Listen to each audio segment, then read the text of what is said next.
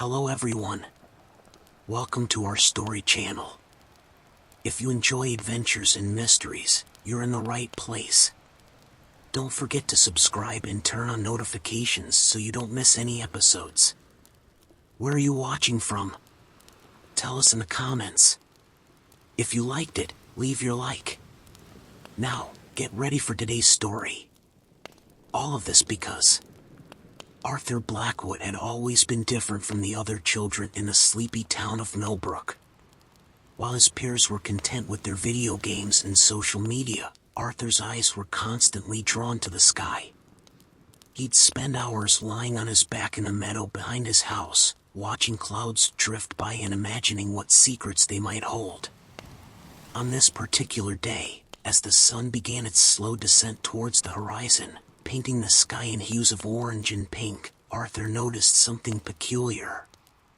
A shadow, unlike any he'd seen before, danced across the clouds. "That's odd," he muttered to himself, squinting his eyes to get a better look. The shadow seemed to move independently of the clouds, almost as if it were floating. Arthur scrambled to his feet, his heart racing with excitement. He had to get a better view. Without a second thought, he sprinted back to his house, taking the stairs two at a time as he rushed to the attic. "Arthur," his mother called from the kitchen. "Is everything all right?"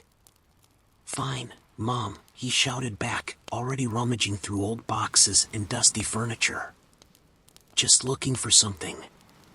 After what felt like an eternity, but was probably only a few minutes, Arthur's hands closed around the smooth, cool metal of his grandfather's old telescope. He carefully extracted it from its leather case, wiping away years of dust with his sleeve. Come on," he whispered urgently, fumbling with the telescope as he made his way to the attic window. The shadow was still there, hovering tantalizingly in the distance. Arthur positioned the telescope, adjusting the focus with trembling fingers. As the image sharpened, his breath caught in his throat. It wasn't just a shadow, it was an island. An entire island, floating impossibly in the sky. "No way," Arthur breathed, his eyes wide with wonder. He blinked hard, certain he must be seeing things. But when he looked again, the island was still there, its edges shimmering slightly as if it were a mirage. Just then, his bedroom door creaked open. "Arthur," his father's voice called out. "Your mother says dinner's ready." Arthur jumped, nearly dropping the telescope. "Dad," he exclaimed, turning to face his father with a wild look in his eyes. "You've got to see this. There's an island in the sky." His father chuckled, shaking his head fondly. "An island in the sky? That's a new one, even for you, kiddo. Come on now, your imagination can wait until after dinner." "But Dad, I'm serious," Arthur protested, gesturing frantically towards the window. "Look for yourself." With an indulgent sigh, his father crossed the room and peered through the telescope. After a moment, he straightened up, a puzzled expression on his face. "Huh? That is an odd cloud formation. Almost looks like, but no, that's impossible." Arthur's heart sank. Even his father couldn't see it. Was he going crazy? "Listen, son," his father said, placing a hand on Arthur's shoulder. "I know you've got a vivid imagination, and that's great. But you can't let it interfere with real life, okay? Now come on, your mother's made your favorite spaghetti and meatballs." As his father left the room, Arthur turned back to the window, his mind racing. He knew what he'd seen. It wasn't just his imagination, there really was an island floating in the sky. And if no one else could see it, well, that just meant it was up to him to explore it. That night, as Arthur lay in bed, his mind whirled with possibilities. How could an island float? What kind of creatures might live there? And most importantly, how could he reach it? He tossed and turned, unable to sleep. Finally, he threw off his covers and padded over to his desk, switching on his lamp. He pulled out a fresh notebook and began to sketch, ideas flowing from his mind to the page. "I'll need some kind of flying machine," he murmured to himself, his pencil flying across the paper. "Something light, but sturdy. And I'll need to figure out how high up the island is." As the first rays of dawn began to peek through his curtains, Arthur finally set down his pencil, his notebook filled with designs and calculations. He looked out his window, where the mysterious island was now hidden by the morning light. "I'll find you," he promised quietly. "Whatever it takes, I'll find a way to reach you." Little did Arthur know that this moment, this decision, would be the first step on an adventure beyond his wildest dreams. The floating island held secrets and wonders he couldn't begin to imagine, and the journey to reach it would test him in ways he never thought possible. But for now, as he finally drifted off to sleep, all Arthur knew was that he had discovered something extraordinary, and he was determined to explore it, no matter what. The following afternoon, Arthur raced home from school, his backpack bouncing against his spine with each hurried step. His mind had been consumed all day with thoughts of a floating island, making it nearly impossible to focus on his lessons. As soon as the final bell rang, he bolted out of the classroom, ignoring his friends' calls to hang out. Bursting through the front door, Arthur called out, "Mom, I'm home," before thundering up the stairs to the attic. His mother's voice drifted up from below. "Arthur, honey, don't you want a snack?" "Later, Mom," he shouted back, already rummaging through the clutter for his grandfather's telescope. The old brass instrument felt cool and heavy in his hands as he carefully maneuvered it to the attic window. With trembling fingers, he adjusted the focus, his heart pounding with anticipation. At first, all he could see was an expanse of blue sky dotted with fluffy white clouds. Arthur's spirits began to sink. Had it all been a figment of his imagination after all? But then, just as he was about to give up, he saw it. There, hovering amidst the clouds, was the impossible island. Yes. Arthur whooped, pumping his fist in the air. I knew it was real. Through the telescope, he could now make out details he hadn't noticed before. The island seemed to be covered in lush, emerald green vegetation. Towering trees with peculiar, spiral-shaped trunks dotted the landscape. At the center of the island, a crystalline lake shimmered, reflecting the sunlight in dazzling patterns. As Arthur adjusted the focus to get a clearer view, he noticed something that made his breath catch in his throat. There, at the edge of the lake, was what appeared to be a structure.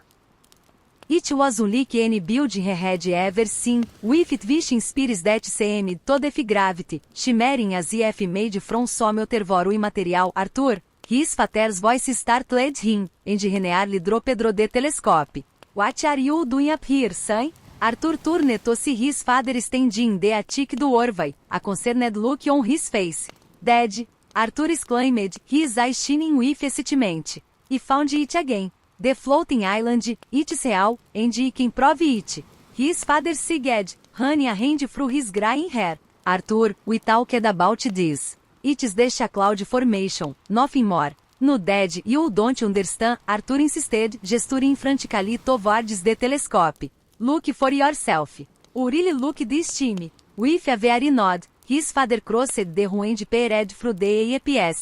Arthur waited anxiously, holding his breath as his father's expression changed from skepticism to confusion, and then to utter astonishment. I don't believe it," his father murmured, his eyes still glued to the telescope. It's actually there, an island floating in the sky. How is this possible?" Arthur could barely contain his excitement. "You see it too. I knew it was crazy.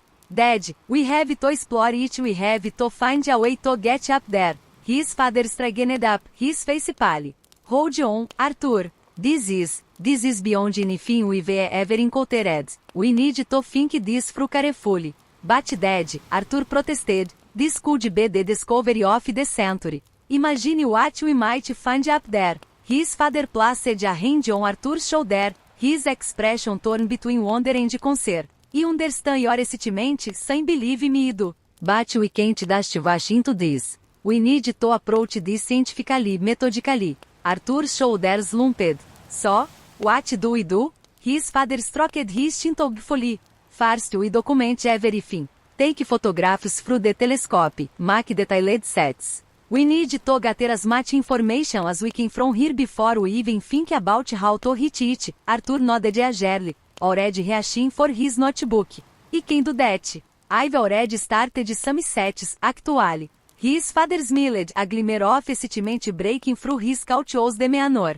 That's my boy. Always prepared. All right, let's get to work. But Arthur, he added, his tone turning serious. We keep this between us for now, okay? Until we know more. We don't want to alarm anyone or attract unwanted attention.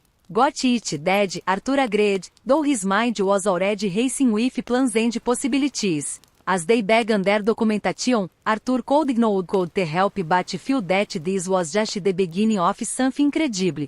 For the next few hours, father and son worked side by side, taking turns at the telescope, setting, and discussing theories. They noted the island's approximate size, its unique features, and speculated about its composition and how it managed to stay afloat. As the sun began to set, painting the sky in brilliant hues of orange and purple, Arthur's mother called them down for dinner. Remember, not a word to your mother about this yet, his father whispered as they descended the stairs. Arthur nodded but inside, he was bursting with excitement. He had discovered something truly extraordinary, and now his father believed him too. As he sat down to dinner, trying to act normal, Arthur knew that his life had changed forever. The floating island was out there, waiting to be explored, and he was determined to unravel its mysteries. No matter what it took for weeks after the discovery of the floating island, Arthur's mind was consumed with one burning question. How could he reach it? He spent every spare moment in his family's garage, surrounded by discarded electronics, old bicycle parts, and various scraps of metal and wood. One Saturday morning, as Arthur tinkered with an old lawnmower engine, his best friend, Mia, poked her head into the garage. There you are, she exclaimed. I've been looking all over for you. What are you doing cooped up here on such a beautiful day? Arthur barely glanced up from his work. Oh hey Mia. I'm just working on a project. Mia stepped inside, her eyes widening as she took in the chaos of the garage. A project? It looks like a junkyard exploded in here. What kind of project requires all this stuff? Arthur hesitated. He had told anyone about the island except his father, but Mia was his best friend. If he could trash her, who could he trash? Okay, he said, lowering his voice. But you have to promise not to tell anyone. I mean it, Mia. This is top secret. Mia raised an eyebrow intrigued. Cross my heart, she said solemnly. Taking a deep breath, Arthur launched into the story of the floating island as he spoke. Mia's expression changed from skepticism to wonder. So you see, Arthur concluded, you need to build something that can fly me up there. That's what all this is for. Mia was silent for a moment, processing everything she did hard. Then she burst out laughing. Arthur Blackwood, you've finally lost it. She giggled. A flying machine? To reach a magical floating island. Come on. Arthur's face fell. I knew you would believe me, he muttered, turning back to his work. Seeing his hurt expression, Mia sobered quickly. Hey, I'm sorry. It's a lot to take in, you know. But she added, a mischievous gleam in her eye, if anyone could build a flying machine out of junk, it'd be you. So, what's the plan? Grateful for her support, even if she didn't fully believe him, Arthur launched into explanation of his design. I'm thinking something like a cross between a hang glider and a motorized bicycle. Light enough to catch the wind, but with enough power to gain altitude. For the next few hours, Arthur and Mia worked side by side, sorting through parts and assembling the frame of Arthur's contraption. As the sun began to set, they settled back to admire their handiwork. It's interesting, Mia said diplomatically. Tilting her head as she examined the odd pod creation. Arthur Greener. It's not finished yet. Dash wait until we get the engine mounted and the wings attached. It be amazing. Over the next few days, Arthur threw himself into completing his flying machine. He skipped meals, stayed up late, and even missed school one day, claiming to be sick. Finally, nearly a week after Mia's visit, Arthur stepped back and wiped the sweat from his brow. It's done, he whispered, ardoudaring to believe it the contraption before him was a strange sight indeed. A ligovagrit aluminum frame formed the base, with bicycle wheels attached for takeoff and landing. A salvage Slaunover engine was mounted in the center, connected to a propeller made from repurposed sailing fan blades. Stretching out on either side were wings crafted from an old hang glider, reinforced with additional struts. Arthur's father entered the garage, his eyes widening as he took in the completed machine. Arthur, he said slowly, what exactly have you built here? It's my flying machine, Dad, Arthur replied, unable to keep the pride from his voice. It's how I'm going to hit the island. His father circled the contraption, examining it from every angle. Son, I admire your ingenuity, but this doesn't look safe. I can't let you fly this thing. But Dad, Arthur protested. I've calculated everything. The lift, the thrust, the weight distribution. It'll work, you know it will. His father shook his head firmly. I'm sorry, Arthur, but it's too dangerous. We'll find another way to study the island, I promise. But not like this. As his father left the garage, Arthur slumped onto a nearby stool, disappointment washing over him. He had been so close.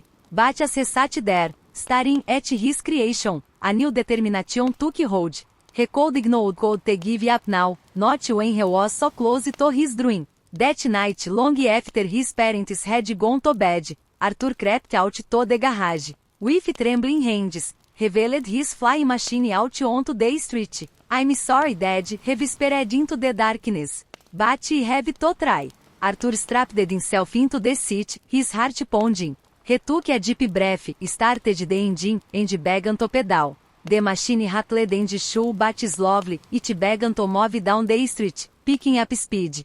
As he neared the end of the road, Arthur pulled back on the control stick. For a heart-stopping moment, nothing happened. Then, with a lurch, the front wheel lifted off the ground. Slowly shaking the entire contraption rose into the air. Arthur let out a whoop of joy as his house grew smaller below him. He was flying. Against all odds, his crazy invention was actually working. As he soared higher, the floating island came into view, no longer just a distant shadow but a tangible goal. Arthur Greener, his eyes shining with excitement and determination.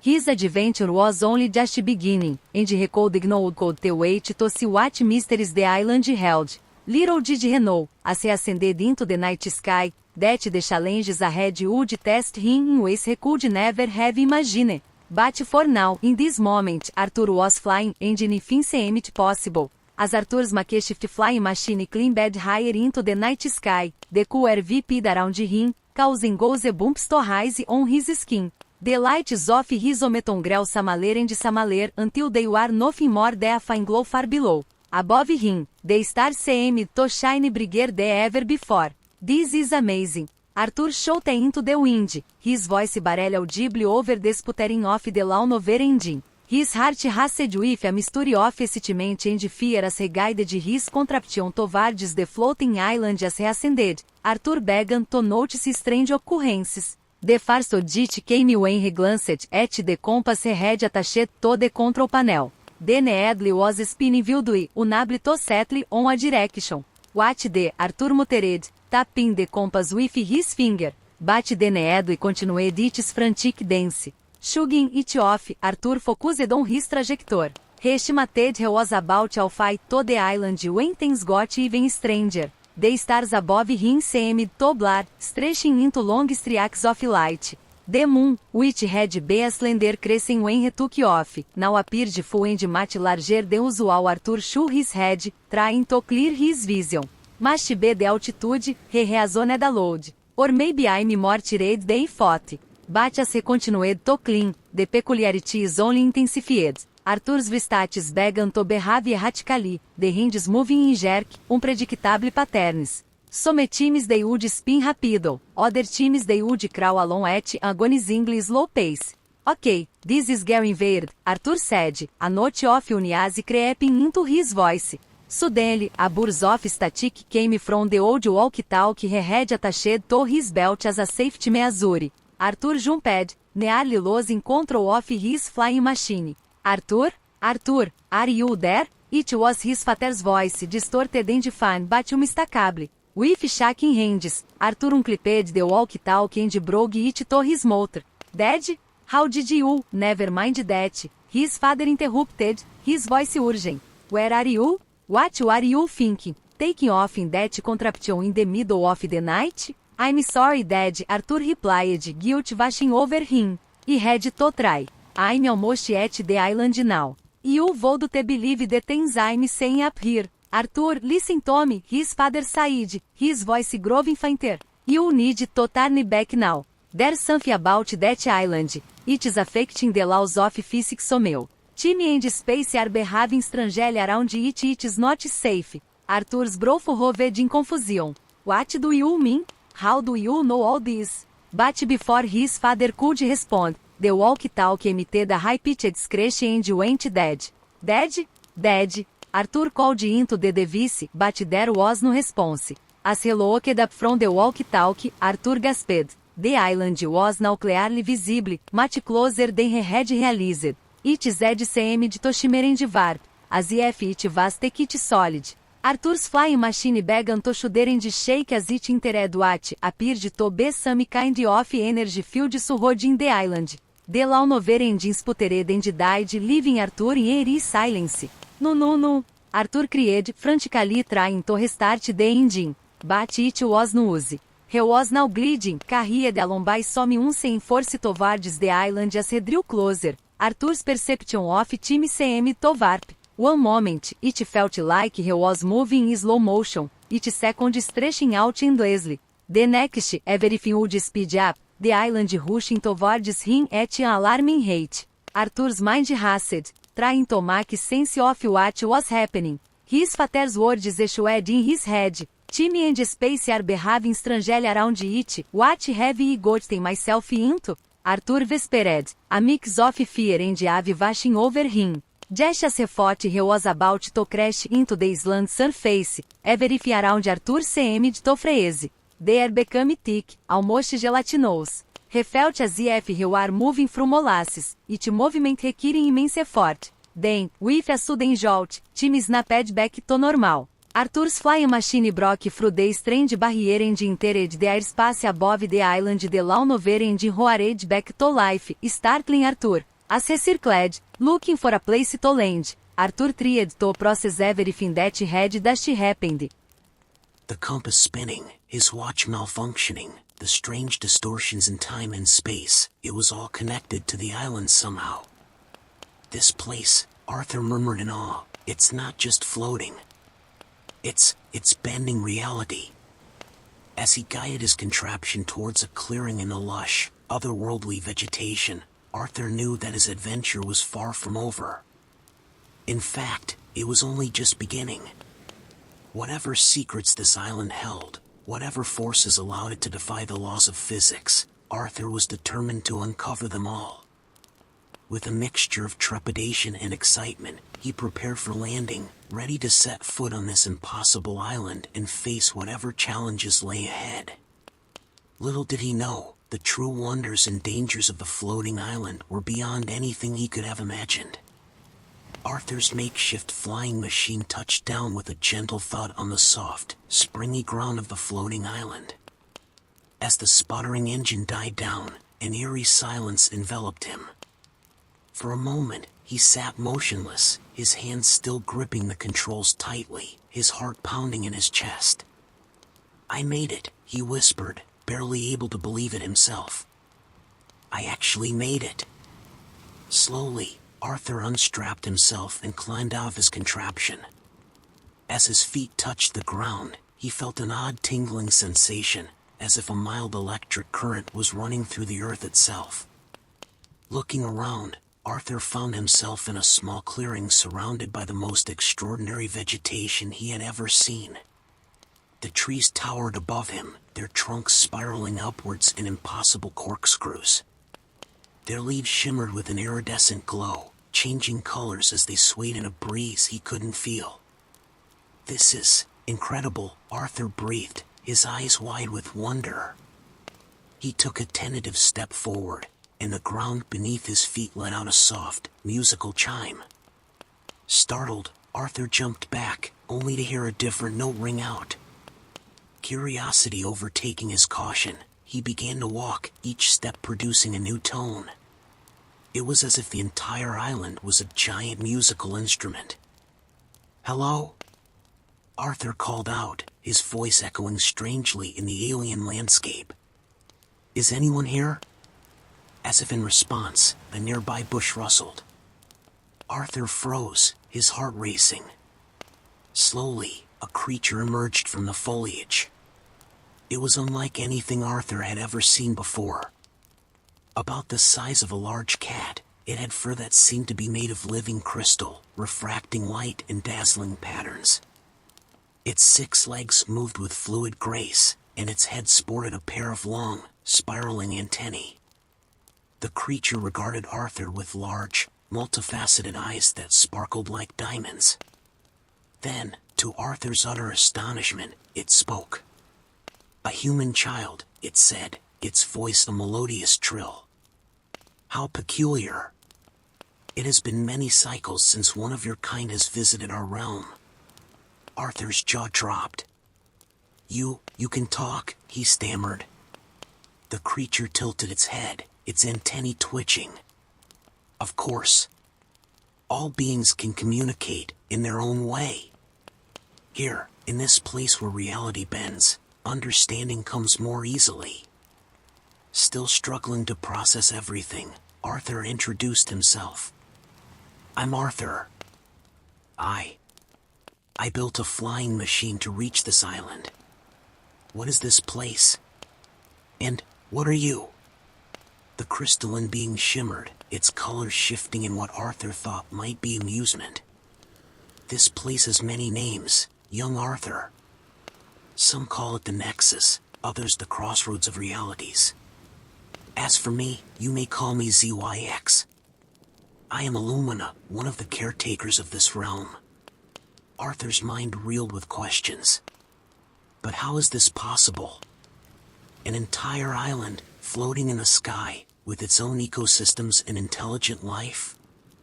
ZYX made a sound that might have been a chuckle. "Your perception is limited by your understanding of your own world, Arthur. This island exists in the space between realities, where the laws of nature as you know them bend." As if to demonstrate, ZYX raised one of its crystalline legs, and a nearby flower uprooted itself, floating gently through the air before replanting itself a few feet away. Arthur gasped. "That's amazing. Can you teach me to do that?" "Perhaps," ZYX replied, its tone becoming more serious. "But first, you must understand the responsibility that comes with such knowledge. Our realm is not meant for casual exploration. There are dangers here that you cannot yet comprehend." As if on cue, a distant roar echoed across the island, causing the musical ground to tremble. Arthur stumbled, catching himself on a nearby tree. To his surprise, the bark felt warm and seemed to pulse under his touch, almost like a heartbeat. "What was that?" Arthur asked, his voice a mix of fear and excitement. ZYX's crystalline body dimmed slightly. "That, young Arthur, is one of the guardians of this realm. They ensure that the balance between realities is maintained. And they do not take kindly to uninvited guests." Arthur swallowed hard, suddenly very aware of how far from home he was. "So, what happens now?" The luminous colors swirled thoughtfully. "Now, Arthur, you have a choice to make. You can return to your world, and we will ensure you remember this as nothing more than a vivid dream. Or, Arthur prompted, leaning forward eagerly. Or you can stay and learn the secrets of our realm. But be warned, such knowledge comes at a price. Once you step fully into our world, you may find it difficult to return to yours unchanged. Arthur looked around at the fantastical landscape, his mind racing with possibilities. The rational part of him knew he should go home, that his parents would be worried sick. But the explorer in him, the part that had driven him to build a flying machine and seek out this impossible island, longed to delve deeper into its mysteries. I want to stay, Arthur said finally, his voice firm with resolve. I want to learn everything I can about this place. ZYX's body glowed brighter. Very well, young Arthur. Your journey begins now. But remember, in this realm of bent realities, not everything is as it seems. Trust your instincts, question your perceptions, and above all, tread carefully. As ZYX led Arthur deeper into the island's interior, the young explorer couldn't help but feel that he was on the verge of the greatest adventure of his life. Little did he know, the wonders and challenges that lay ahead would test him in ways he could never have imagined. As Arthur followed ZYX deeper into the heart of the floating island, the landscape grew increasingly surreal. Trees with leaves that chimed like bells when touched gave way to crystalline formations that hummed with inner light. The ground beneath their feet shifted from the musical grass to something that felt like walking on clouds. This place is incredible, Arthur breathed, his eyes wide with wonder. I can't believe, he was cut off by a sudden gust of wind that seemed to come from nowhere. Der around den chimered, endinha blink, descenere changed completely. Dei now so todinha moonlit glad, surrou de by ancien gnarled trees with silvery bark. What just happened? Arthur gasped, spinning around in confusion. ZYXS crystalline body pulsed with soft light. The island shifts, young Arthur. Reality here is fluid. We have entered the grove of Vespers. As if on cui a soft ocean issued through the trees. Arthur looked adaptou-se a magnificent ao perched on a nearby branch. Its feater cm to be made of starlight, and its eyes glowed with an otherworldly intelligence. As ZYX thrilled, the guardian of knowledge appears. Arthur my present noctis, the wise owl. The owl's heads viveled to fix Arthur with its piercing gaze. When it spoke, its voice was deep and resonant, filled with the weight of ages. A human child here in the nexus. Nectis mused, curious indeed. Tell me, young one, what brings you to our realm? Arthur's valoved hard, intimidated by the owl's presence. He built a flying machine to hit this island he wanted to explore, to discover its secrets. Noctis ruffled his starlight feathers. Secrets, you say? Be careful what you seek, child. Knowledge is a double-edged sword, and the truths of this place can be overwhelming. I'm not afraid, Arthur sighed, squaring his shoulders. You want to learn everything you can about this island, the owl's beak curved in what might have been a smile. Brave words. But are you prepared for the challenges that lie ahead? The path to true understanding is fraught with trials. Arthur nodded firmly. I'm ready. Whatever it takes. Very well, Noctis nodded. Then let us begin with a riddle. Answer correctly, and I shall share with you a fragment of the island's lore. Fail, and, well, let us hope it does not come to that. The owl's eyes glowed brigueras spoke. I have cities, but no houses. I have mountains, but no trees. I have water, but no fish. What, eh? Arthur furrowed his brow, his mind racing. He glanced at ZYX, but the crystalline beam remained silent, its colors swirling in patterns that suggested deep thought. Take your time, young one, Noctis sighed. But know that in this realm, time itself can be a tricky thing. As if to emphasize the owl's words, Arthur noticed the moonlight shifting rapidly, as if days were passing minutes. The pressure to answer correctly felt enormous. Okay, think Arthur muttered to himself. Cities bate no houses, mountains bate no trees, water bate no fish. Suddenly, his eyes widened with realization. A map, he exclaimed. The answer is a map. For a moment silence fell over the glade. Then Noctis let out a low, approving oath. Well reasoned, young Arthur. It seems there is more to you than meets the eye.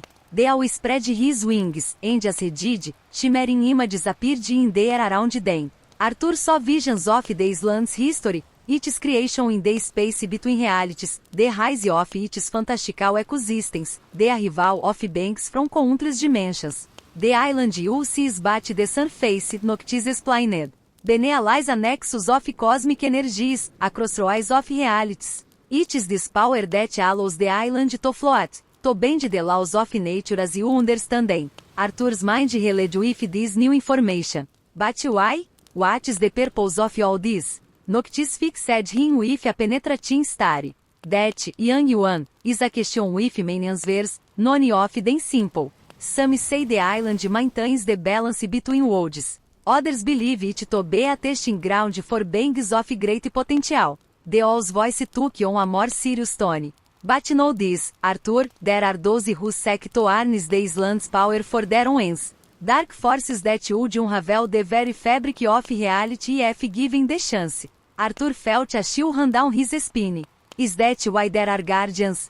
To protect the island? Indeed, Noctis nodded. And now you, by your presence here, have become part of this grand cosmic dance. The choices you make, the paths you choose, all will have consequences beyond your imagining. The young explorers had spun with the weight of this revelation. What had started as a curious adventure now felt like something far more significant. I don't know if I'm ready for this, Arthur admitted, his voice small. ZYX, who had been silent until now, moved closer to Arthur. Few ever feel truly ready for their destiny, young one. But you have shown courage and wisdom already. Trust in yourself, and in the guidance of those you meet here. Noctis bobbed his head in agreement. Your journey is just beginning, Arthur. There will be more challenges ahead, more riddles to solve, more truths to uncover. Are you prepared to continue? Arthur took a deep breath, settling himself. Despite his fears, the thrill of discovery burned bright within him. Yes, he said firmly. I'm ready. What is the next step? The owl's eyes twinkled with approval. Then listen closely, for here is your next task. As Noctis began to speak, Arthur felt a mix of excitement and trepidation.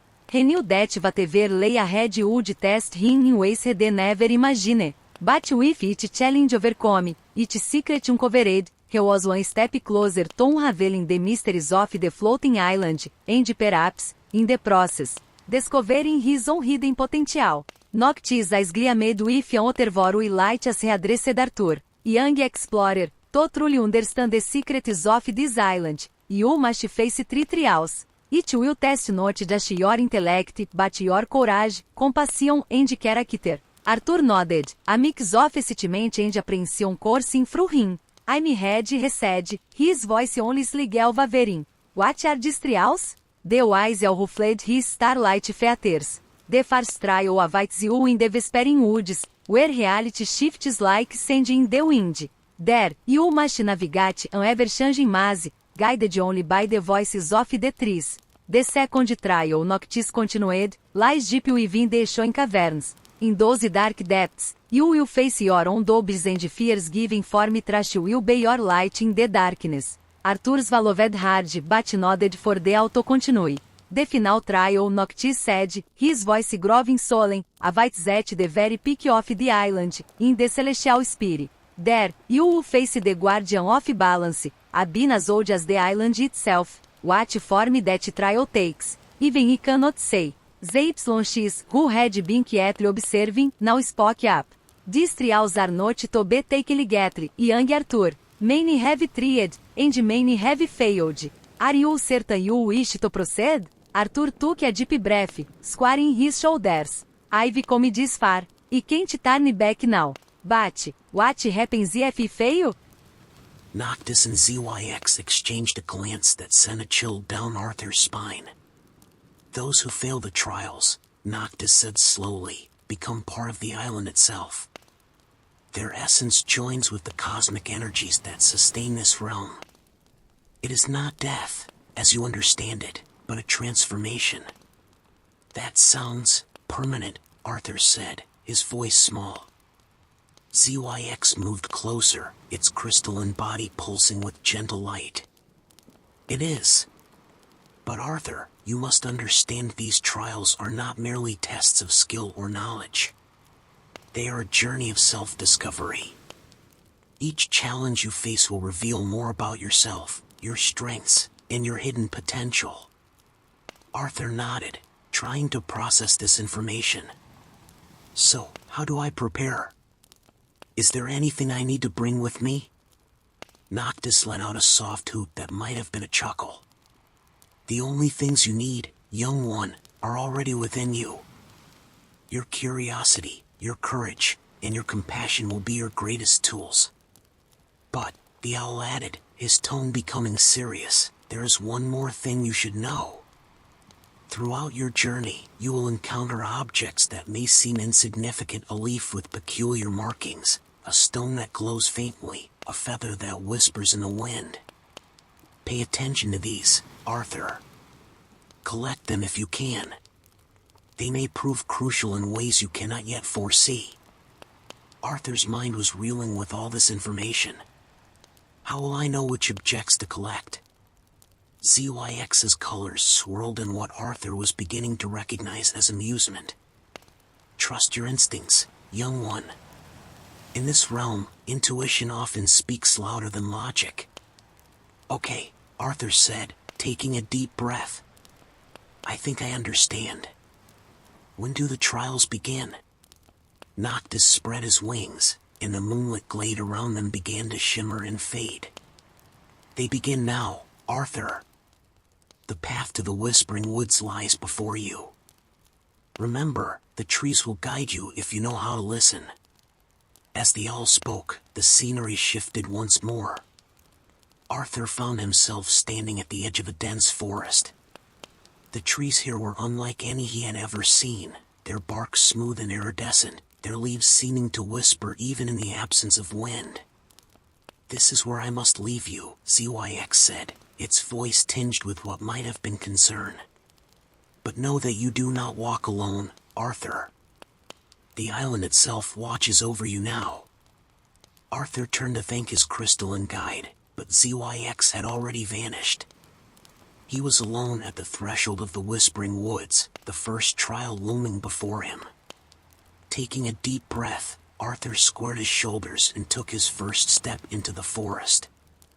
The moment his foot touched the ground, the trees around him seemed to come alive, their whispers growing louder, more insistent. Welcome, young seeker, the trees seemed to say, their voices a chorus of rustling leaves and creaking branches. Your journey begins here. Listen closely, for in our whispers lie the keys to your path. As Arthur ventured deeper into the woods, he couldn't shake the feeling that every step was taking him further from the world he knew. But with each challenge that lay ahead, he was also moving closer to uncovering the true mysteries of the floating island and perhaps, in the process, discovering his own hidden potential. The first trial had begun, and Arthur was determined to face it head-on, no matter what strange wonders or dangers awaited him in the depths of the Whispering Woods. As Arthur ventured deeper into the Whispering Woods, the trees grew denser, their iridescent bark shimmering in the strange, otherworldly light that seemed to come from everywhere and nowhere at once.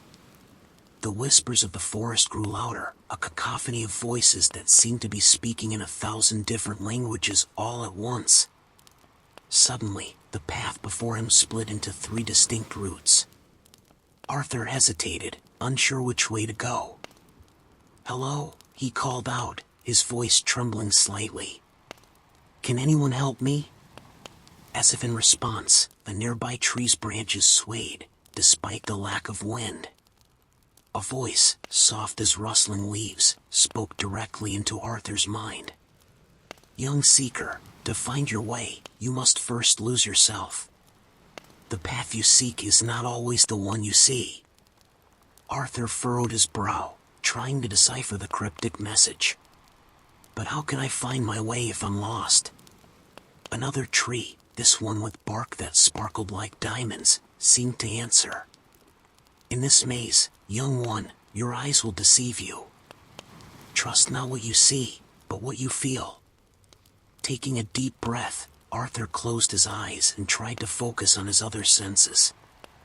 He could feel a gentle pull towards the leftmost path, as if an unseen current was guiding him. Okay, he muttered to himself. Here goes nothing. As he took his first step down the chosen path, the forest around him seemed to shift and change. When he opened his eyes, the other two paths had vanished, replaced by a solid wall of shimmering trees. Arthur pressed on, guided by the whispers of the forest and the strange pull he felt. The path twisted and turned, sometimes narrowing to barely a foot wide, other times opening up into vast clearings filled with impossible flora. Just as he thought he was making progress, Arthur found himself back at the same three-way split he had encountered earlier. What? But how? He exclaimed in frustration. I've been walking for hours. A nearby flower, its petals made of what looked like spun glass, unfurled and spoke in a tinkling voice. Time and space bend to the will of the maze, young seeker. What seems like progress may be regression, and what feels like failure may be the key to success. Arthur slumped against the tree trunk, feeling overwhelmed. I don't understand. How am I supposed to navigate this place if everything keeps changing? The tree he was leaning against trembled, and Arthur felt a wave of warmth wash over him. A deep, resonant voice filled his mind. Young Arthur, you seek to understand with your mind what can only be grasped with your heart. The maze is not a puzzle to be solved, but a journey to be experienced. As the tree spoke, Arthur noticed a small, luminous leaf floating down from its branches. Without thinking, he reached out and caught it. The moment his fingers touched the leaf, a jolt of energy coursed through him, and suddenly, the whispers of the forest became clearer. The leaf! Arthur gasped. It's helping me understand. With renewed determination, Arthur set off again. This time, instead of trying to memorize the path or look for landmarks, he simply allowed himself to be guided by the feelings and intuitions the forest was sending him. As he walked, the maze seemed to respond to his newfound understanding. Paths that had been blocked before now opened up. Trees that had once been obstacles now bent their branches to form bridges and archways. Hours passed, or perhaps it was days. Time seemed to have little meaning in this strange place.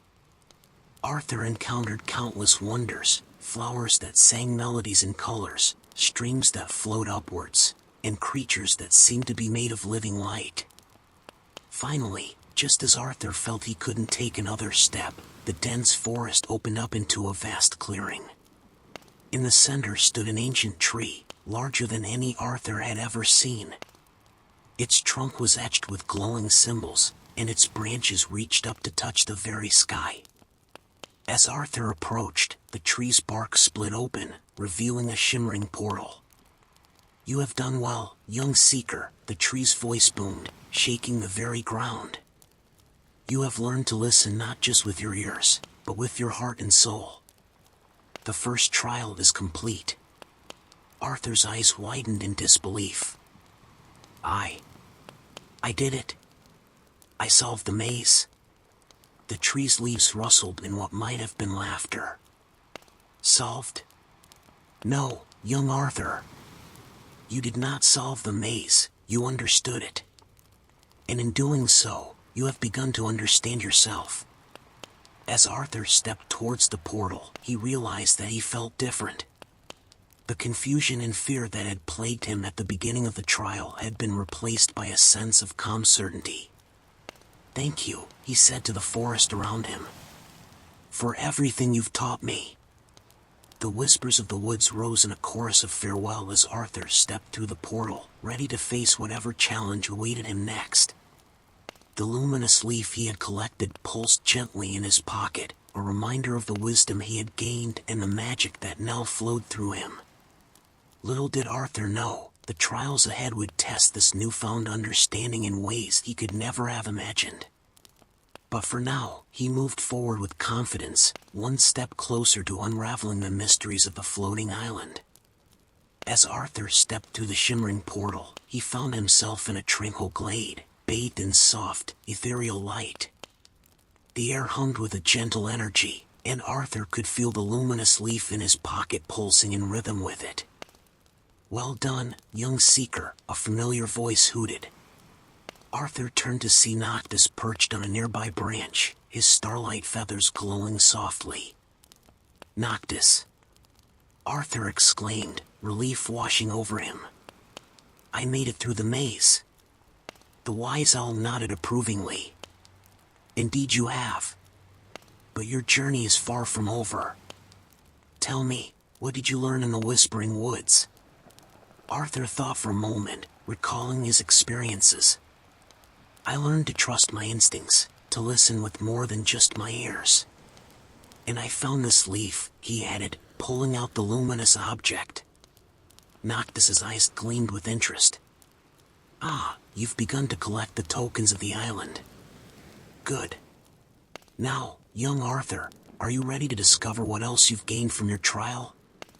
Confused, Arthur tilted his head. "What do you mean? I don't feel any different." The owl let out a soft chuckle. "Oh, but you are. The maze has awakened something within you, a hidden ability that was always there, waiting to be unlocked." As Noctis spoke, the plants around Arthur seemed to lean in closer, as if listening intently. "Close your eyes," Noctis instructed. "Focus on the energy you feel around you. Reach out with your mind and try to connect with it." Skeptical but curious, Arthur did as he was told. At first, he felt nothing but the cool breeze on his skin. But then, slowly, he became aware of something else, a faint humming, like countless tiny voices whispering just at the edge of his hearing. I think I can hear something," Arthur murmured, his eyes still closed. "It's like the plants are talking to each other." "Good," Noctis encouraged. "Now, try to join their conversation. Think of a simple message you'd like to convey." Arthur concentrated, imagining the words "hello, can you hear me?" in his mind. To his astonishment, he felt a ripple of energy emanate from him, and the whispers around him grew louder and more excited. His eyes flew open in shock. Did that just happen?" Noctis nodded, his eyes twinkling. "Indeed it did. You, Arthur, have discovered the ability to communicate with plants. But how is this possible?" Arthur asked, still reeling from the revelation. "The island's magic works in mysterious ways," Noctis explained. "It sensed your innate connection to nature and amplified it. This gift will serve you well in the trials to come." As if to demonstrate, a nearby flower suddenly uprooted itself and waddled over to Arthur on its roots.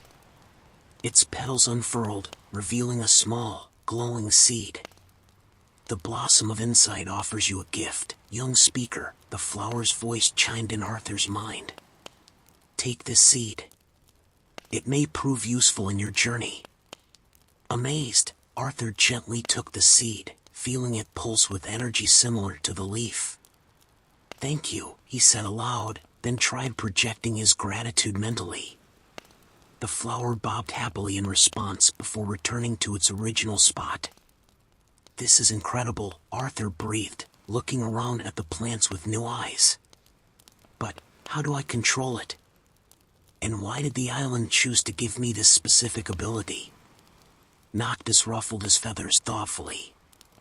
"Control will come with practice, young one. As for why, perhaps it is not for us to know. The island's wisdom is beyond even my understanding. What matters is how you choose to use this gift." Arthur nodded, feeling the weight of responsibility settling on his shoulders. "I'll use it wisely, I promise. But what should I do now?" As if in response, the ground beneath them began to tremble. The peaceful glades started to shift and change, the trees parting to reveal a rocky path leading towards a dark, foreboding cave entrance. It seems the island has decided it's time for your next trial, Noctis observed. The echoing caverns await you, Arthur. There, your new ability may be the key to overcoming the challenges within. Arthur swallowed hard, eyeing the ominous cave. Will you come with me? The owl shook his head gently. I'm afraid this is a journey you must undertake alone. But remember, you are never truly alone on this island. The plants are your allies now. Listen to them, and they will guide you. Taking a deep breath, Arthur squared his shoulders. Okay. I'm ready. As he took his first steps towards the cave, Arthur heard the plants around him whisper words of encouragement. A vine reached out, gently squeezing his hand in reassurance before retreating. Thank you, Arthur projected to the plants around him, feeling a wave of warmth and support in return. With one last look at Noctis, Arthur stepped into the darkness of the echoing caverns, ready to face whatever challenges lay ahead. His newfound ability hummed within him, a beacon of hope in the face of the unknown. Little did he know, the true test of his powers and his courage was only just beginning. As Arthur stepped into the yawning mouth of the echoing caverns, darkness enveloped him like a thick blanket. The air grew cool and damp, carrying with it the musty scent of ancient stone. His footsteps echoed ominously, each sound bouncing off the unseen walls and returning to him distorted and strange. Hello? Arthur called out tentatively, his voice reverberating through the cavern. The echoes that came back sounded almost like whispers, carrying fragments of words he couldn't quite make out. Remembering his new ability, Arthur reached out with his mind, searching for any plant life in the seemingly barren cave. To his surprise, he felt a faint response, not from plants, but from something else entirely. Welcome, seeker of truth, a voice whispered, seeming to come from everywhere and nowhere at once. In this cavern, your ears will deceive you, but your heart will guide you. Listen carefully, for in the echoes lie both truth and lies. Arthur's heart raced. Who are you? What do I need to do? The voice chuckled, the sound rippling through the darkness. I am the spirit of the cavern, young one. Your task is simple, find your way through the darkness to the heart of the cave. But beware, the echoes will try to lead you astray. As if on cue, multiple pathways suddenly illuminated before Arthur, each glowing with a soft, ethereal light. From each path, he could hear whispers calling to him. This way to safety, one echo called. No, danger lies there. Come this way instead, another contradicted. Trust in me, I know the true path, a third insisted. Arthur hesitated, unsure which way to go. He closed his eyes, trying to focus on his newfound ability to communicate with nature. To his surprise, he felt a faint pulse of energy coming from the luminous leaf and the glowing seed in his pocket. Inspiration struck. Arthur took out the leaf and held it up. Can you help me? He asked it mentally. The leaf glowed brighter in response, and Arthur felt a gentle tug towards one of the paths. Taking a deep breath, he started down the chosen route. As he walked, the whispers grew louder, more insistent. Some tried to lure him with promises of treasure and glory, while others attempted to frighten him with tales of monsters and traps. Don't listen to them, Arthur muttered to himself. Trust in the leaf. Trust in yourself. Suddenly, the path split again. This time, Arthur took out the glowing seed. Your turn, he thought to it. The seed pulsed warmly, guiding him down the rightmost path. Hours seemed to pass as Arthur navigated the twisting tunnels of the cavern. With each choice, he alternated between using the leaf and the seed, trusting in the wisdom of the plants to guide him true. Finally, Arthur emerged into a vast central chamber. Bioluminescent fungi covered the walls, bathing the space in a soft, blue glow. In the center stood a crystalline structure that seemed to hum with energy. "Well done, young seeker," the cavern's voice echoed around him. "You have passed the test of discernment. But your trial is not yet complete." The crystal structure began to shimmer, and within it, Arthur saw reflections of himself. Each reflection showed a different version of Arthur, one cowering in fear, another radiating confidence, a third twisted with anger. "These are the echoes of your own heart," the voice explained. "To complete your trial, you must confront your deepest fears and doubts. Only by accepting all parts of yourself can you move forward." Arthur swallowed hard, staring at the reflections. "But how? They're not real, are they?" A gentle chuckle reverberated through the chamber. "Are they not? Every doubt, every fear you've ever had, they are as real as you make them. Speak to them, Arthur. Understand them. Only then can you truly overcome them." Taking a deep breath, Arthur approached the crystal. He looked into the eyes of his fearful self, seeing the doubt and insecurity he'd always tried to hide. "I know you're scared," Arthur said softly. "I am too. But we can't let fear hold us back. We've come too far to give up now." He turned to his angry self next. "I understand your frustration. Things haven't always been easy. But anger won't solve our problems. We need to channel that energy into determination instead." Finally, he faced his confident self. "And you're the person I want to be. Brave, sure of myself. I'm not there yet, but I'm working on it. We all are." As Arthur spoke, the reflections began to shimmer and merge, blending into a single image, Arthur as he truly was, a mix of all these aspects. The cavern's voice spoke again, filled with approval. "You have faced your inner echoes and emerged stronger, young Arthur. You now understand that true strength comes not from denying parts of yourself, but from accepting and integrating all aspects of who you are." The crystal structure dissolved, revealing a new passage forward. "Go now," the voice urged. "The final trial awaits. Remember what you have learned here, trust in yourself, and in the wisdom of the island. The echoes of doubt may always be with you, but now you know how to listen to the truth within." As Arthur stepped towards the new passage, he felt a profound sense of change within himself. He was no longer just a curious boy on an adventure. He was a seeker of truth, a communicator with nature, and a person learning to understand and accept himself fully. With renewed determination, Arthur ventured forth, ready to face whatever the final trial might bring. The echoing caverns had changed him, and he knew that whatever lay ahead, he would face it not just with courage, but with a deeper understanding of himself and the world around him.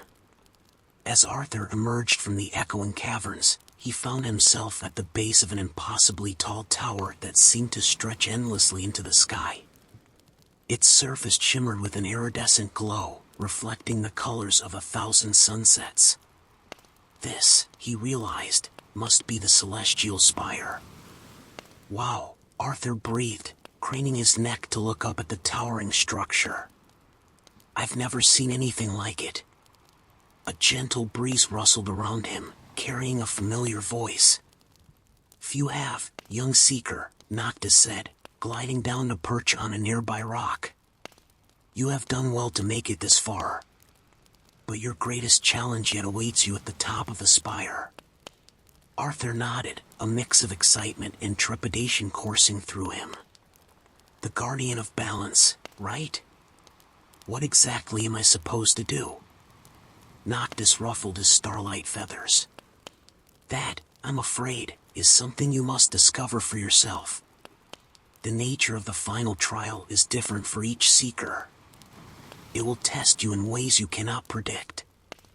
Arthur took a deep breath, steeling himself. "Okay. So how do I get to the top?" As if in response to his question, a section of the spire's smooth surface rippled and parted, revealing a spiraling staircase within. "The path is open to you," Noctis said. "But remember, Arthur, the journey up the spire is as much a part of the trial as what awaits you at the top. Stay alert, and trust in what you've learned." With a determined nod, Arthur stepped into the spire. The moment he did, the opening sealed behind him, leaving him alone in the twisting stairwell. As Arthur began to climb, he noticed strange phenomena occurring around him. Gravity seemed to shift and waver, sometimes making each step a struggle, other times leaving him feeling almost weightless. The walls of the spire became transparent at times, showing him visions of distant worlds and realities he could scarcely comprehend. "Stay focused," Arthur muttered to himself, pressing onward. Halfway up the spire, Arthur encountered a peculiar sight. A section of the staircase had completely vanished, leaving a gaping void. On the other side, the stairs resumed, but the gap seemed impossibly wide to jump. "Great," Arthur sighed. "Now what?" He reached into his pocket, feeling the comforting presence of the luminous leaf and the glowing seed. "Any ideas?" he asked them mentally. To his surprise, both objects began to pulse with energy. Acting on instinct, Arthur held them out in front of him. Beams of light shot forth from the leaf and seed, intertwining and forming a shimmering bridge across the void. "Whoa," Arthur gasped. "Thank you." As he crossed the light bridge, Arthur felt a surge of confidence. He was growing stronger, more in tune with the island's magic. The climb continued, each level of the spire presenting new challenges. Arthur faced illusions that tried to lead him astray, riddles that required both logic and intuition to solve, and even moments where the stairs themselves came alive, trying to impede his progress. Through it all, Arthur relied on his newfound abilities, his collected tokens, and the wisdom he had gained from his previous trials. He spoke to the very substance of the spire, coaxing it to aid rather than hinder him. He used his understanding of echoes to see through illusions, and his acceptance of his inner selves to remain steadfast in the face of doubt. Finally, after what felt like hours of climbing, Arthur reached the top of the celestial spire. He found himself on a circular platform open to the sky. The view was breathtaking. He could see the entire floating island spread out below him, and beyond that, the swirling cosmos itself. In the center of the platform stood a figure that seemed to be made of pure light. It shifted and changed as Arthur watched, sometimes appearing humanoid, other times taking on more abstract forms. "Welcome, Arthur," the figure spoke, its voice resonating not just in Arthur's ears, but in his very being. "I am the guardian of balance. You have done well to reach this place." Arthur swallowed hard, gathering his courage. "Thank you. I'm ready for the final trial." The guardian's form shimmered. "Are you? Tell me, young seeker, what do you think this trial will entail?" Arthur thought carefully before answering. I think it will test everything I've learned. My ability to communicate with nature, my understanding of myself, my capacity to discern truth from illusion.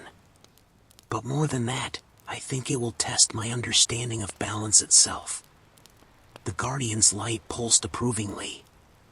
"Wisely said. But knowledge is only part of the equation. Are you prepared to make choices, Arthur? Choices that may have far-reaching consequences?" A chill ran down Arthur's spine, but he nodded firmly.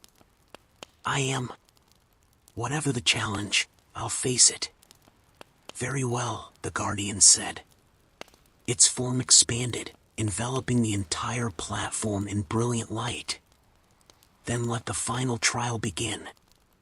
As the light engulfed him, Arthur felt a profound sense of transformation beginning. Whatever lay ahead, he knew it would change him forever. But he was ready, armed with the wisdom of the island and the strength he had discovered within himself. The final trial had begun, and with it, the true test of Arthur's journey on the floating island. Little did he know, the choices he was about to face would not only determine his own fate but potentially the fate of realities beyond his imagination. As the brilliant light faded, Arthur found himself in a vast, ethereal space.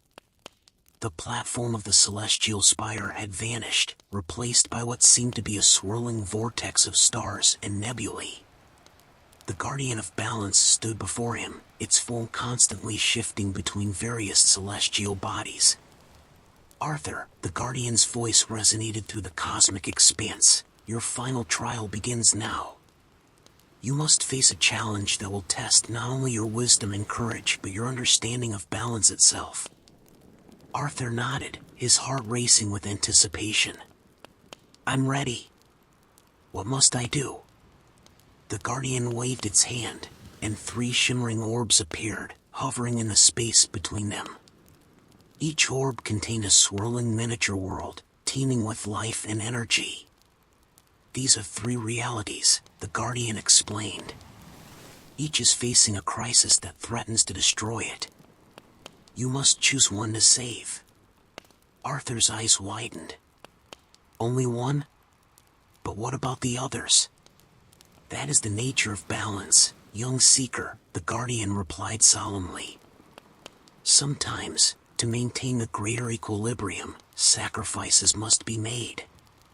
Observe each world carefully before making your choice." Arthur approached the first orb. Within it, he saw a world of advanced technology, its cities gleaming with futuristic marvels. But beneath the surface, a deadly virus was spreading, threatening to wipe out all life. The second orb revealed a lush, natural world, filled with diverse ecosystems and magical creatures. However, a dark force was corrupting the land, turning everything it touched to ash. In the third orb, Arthur saw a world much like his own Earth, but it was on the brink of a catastrophic war that could potentially destroy the entire planet. "Each of these worlds has beauty and value," the guardian said. "Each is home to countless lives. But you can save only one. The other 2 will be lost forever. Choose wisely." Arthur felt the weight of the decision pressing down on him. How could he possibly choose? Each world deserved to be saved. He closed his eyes, reaching out with his newfound abilities. To his surprise, he could feel the energy of each world, the hopes and fears of its inhabitants. "Can I try to save them all?" Arthur asked, his voice trembling slightly. The guardian's form flickered. "That is not an option, Arthur. The balance must be maintained. One world saved, 2 lost. That is the choice before you." Arthur took a deep breath, centering himself. He thought back to everything he had learned on his journey, the wisdom of the whispering woods, the truth hidden in the echoing caverns, and his own inner balance. Finally, he opened his eyes. "I choose none of them." The guardian's form pulsed with surprise. "Explain yourself, young seeker." "These worlds are all facing crises," Arthur said, his voice growing stronger with conviction. "But that doesn't mean they're doomed. In each world, I can feel the potential for change, for growth. They don't need me to swoop in and save them. They need the chance to save themselves." Arthur reached out, gently touching each orb in turn. "Instead of choosing one world to save, I choose to give each world the knowledge and inspiration they need to overcome their own challenges. In the world with the virus, I'll share the importance of unity and scientific cooperation. In the natural world, I'll remind them of the power of hope and the strength found in diversity. And in the world facing war, I'll show them the consequences of their actions and the value of peace." The guardian was silent for a long moment. Then, slowly, its form began to coalesce into a more defined shape, resembling a being of pure starlight. "Arthur," the guardian said, its voice filled with what might have been admiration. You have grasped a fundamental truth that many seekers before you have missed. True balance is not about making impossible choices or sacrificing one for another. It's about fostering growth, resilience, and harmony across all realms. The orbs began to glow brighter, the worlds within them seeming to pulse with new energy. By choosing to empower all rather than save one, you have demonstrated wisdom beyond your years, the Guardian continued. You have shown that you understand the interconnectedness of all things, and the power of knowledge and inspiration to create change. Arthur felt a warm glow of pride, but also a deep sense of responsibility. So, what happens now? Have I passed the trial? The Guardian's form shimmered. You have done more than pass, young Arthur. You have transcended the trial itself. The challenge was designed to test your understanding of balance, and you have shown a deeper comprehension than we could have hoped for. As the Guardian spoke, the cosmic space around them began to shift and change. Arthur found himself back on the platform of the celestial spire, but everything looked different. The island below seemed more vibrant, more alive. You have proven yourself worthy of the island's greatest secrets, the Guardian said. But remember, with great knowledge comes great responsibility. How will you use what you have learned here? Arthur looked out at the floating island, then back at the Guardian. He felt changed, not just by the trial, but by his entire journey. He was no longer just a curious boy seeking adventure. He was a keeper of cosmic wisdom, a bridge between worlds. I want to help, Arthur said firmly. Not just my world, but all worlds. I want to share what I've learned, to inspire others to seek balance and understanding. The Guardian nodded approvingly. Then your true journey is just beginning, Arthur. The floating island has much more to teach you, and through you, it can touch countless lives across countless realities. As the sun began to rise over the floating island, bathing the celestial spire in golden light, Arthur felt a profound sense of purpose wash over him. He had come seeking adventure and discovered a calling. Whatever challenges lay ahead, he was ready to face them, armed with the wisdom of the island and the understanding of true balance. The final trial was over, but Arthur's greatest adventure was just beginning. As Arthur descended from the celestial spire, his mind was reeling from the profound experiences of the final trial. The Guardian's last words echoed in his thoughts, "Your true journey is just beginning." He felt both exhilarated and overwhelmed by the responsibility that now rested on his shoulders. Noctis was waiting for him at the base of the spire, his starlight feathers gleaming in the early morning light. "Well done, young seeker," the owl hooted softly. "I sense a great change in you." Arthur nodded, still processing everything that had happened. "It's like I'm seeing everything differently now, Noctis. The island, myself, even the air around us, it all seems more connected." The wise owl bobbed his head in understanding. "That is the wisdom of the island beginning to take root within you. But tell me, Arthur, what of the objects you collected along your journey?" Arthur's eyes widened as he remembered. He reached into his pockets, pulling out the luminous leaf from the whispering woods and the glowing seed from the echoing caverns. As he held them in his palms, they seemed to pulse with renewed energy. "I almost forgot about these," Arthur admitted. "They helped me so much during the trials, but I'm not sure why." Noctis's eyes twinkled with amusement. "Ah, but that is the final piece of the puzzle, young one. Those seemingly ordinary objects are far more than they appear.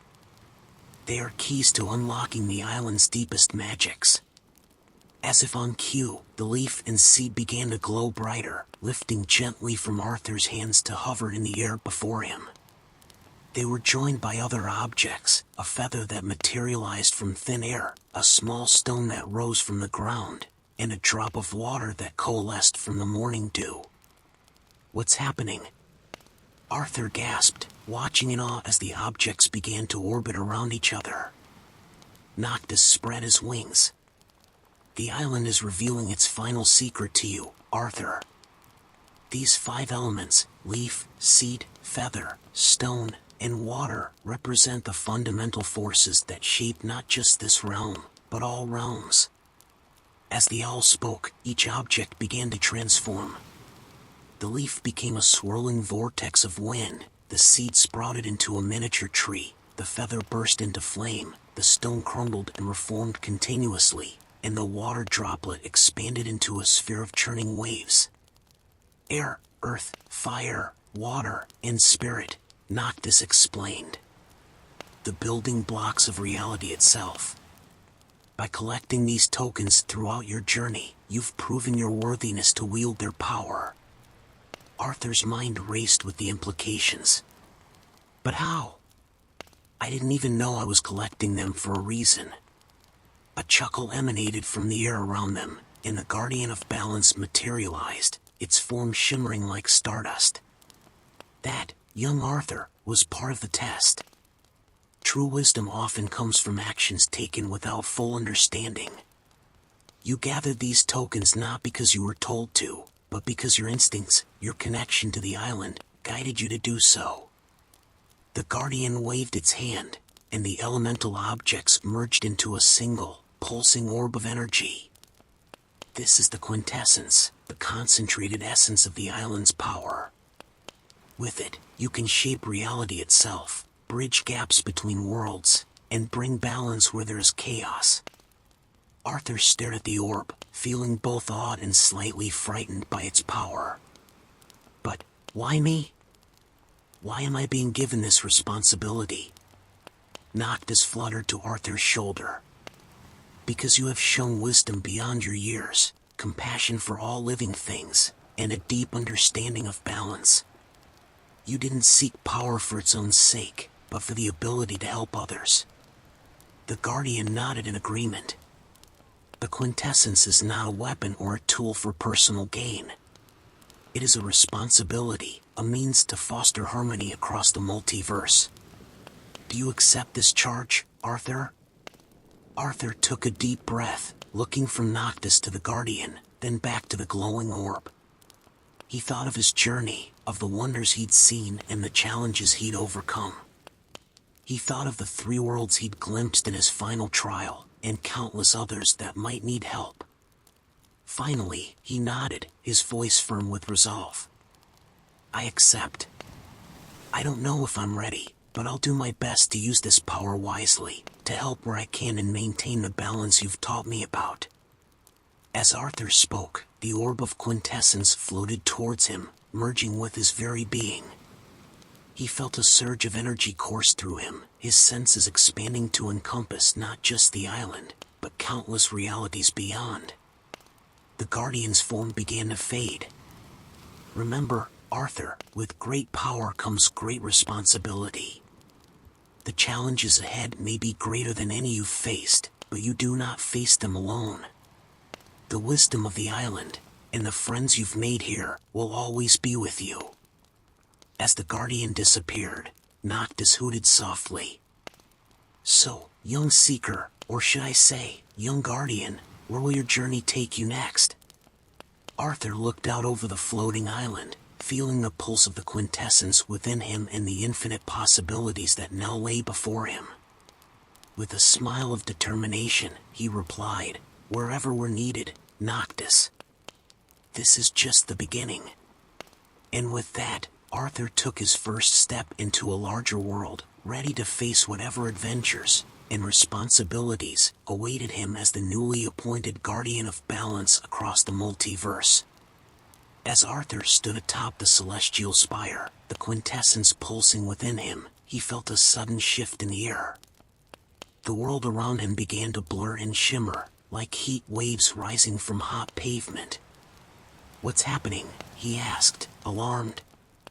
Noctis, still perched on his shoulder, ruffled his feathers. The island is granting you one final gift, young Guardian. Prepare yourself for a journey through time.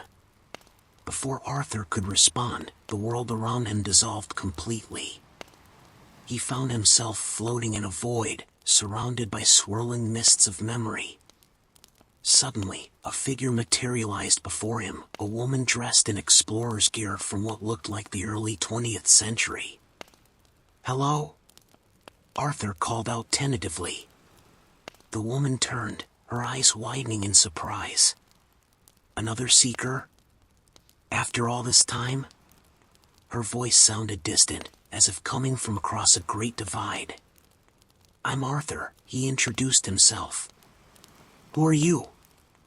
"Amelia Blackwood," she replied, a sad smile playing on her lips. "I came to this island in 1937, seeking adventure and knowledge. But I'm afraid I failed the trials." Arthur gasped. "Blackwood? That's my last name too. Are we related?" Amelia's form flickered. "Perhaps. Time moves strangely here. I could be your great-grandmother, or from an alternate timeline entirely." Before Arthur could process this, the mist swirled again, and Amelia faded away. In her place appeared a young man with wild hair and a futuristic jumpsuit. "Whoa, another time traveler," the man exclaimed, his eyes lighting up with excitement. "Cool. I'm Zach, by the way. Class of 2157. Arthur's head spun. 2157? But that's over 100 years in the future. Zach laughed. "From your perspective, maybe. For me, it's the distant past. I came here looking for tech to save my dying world. But the island, it had other plans." As Zach's form began to fade, Arthur called out, "Wait. What happened? Did you fail the trials too?" Zach's voice echoed as he disappeared. "Not failed, just learned a different lesson than I expected." The mist swirled once more, and this time, a being that barely looked human appeared. Its skin shimmered with bioluminescent patterns, and its eyes were large and entirely black.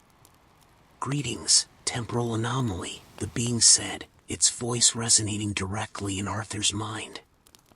"I am XYL Thursday, last survivor of the Nebula Collective. I sought the island's power to resurrect my species." Arthur felt a wave of sadness wash over him. "Did you succeed?" XYL Thursday's form rippled.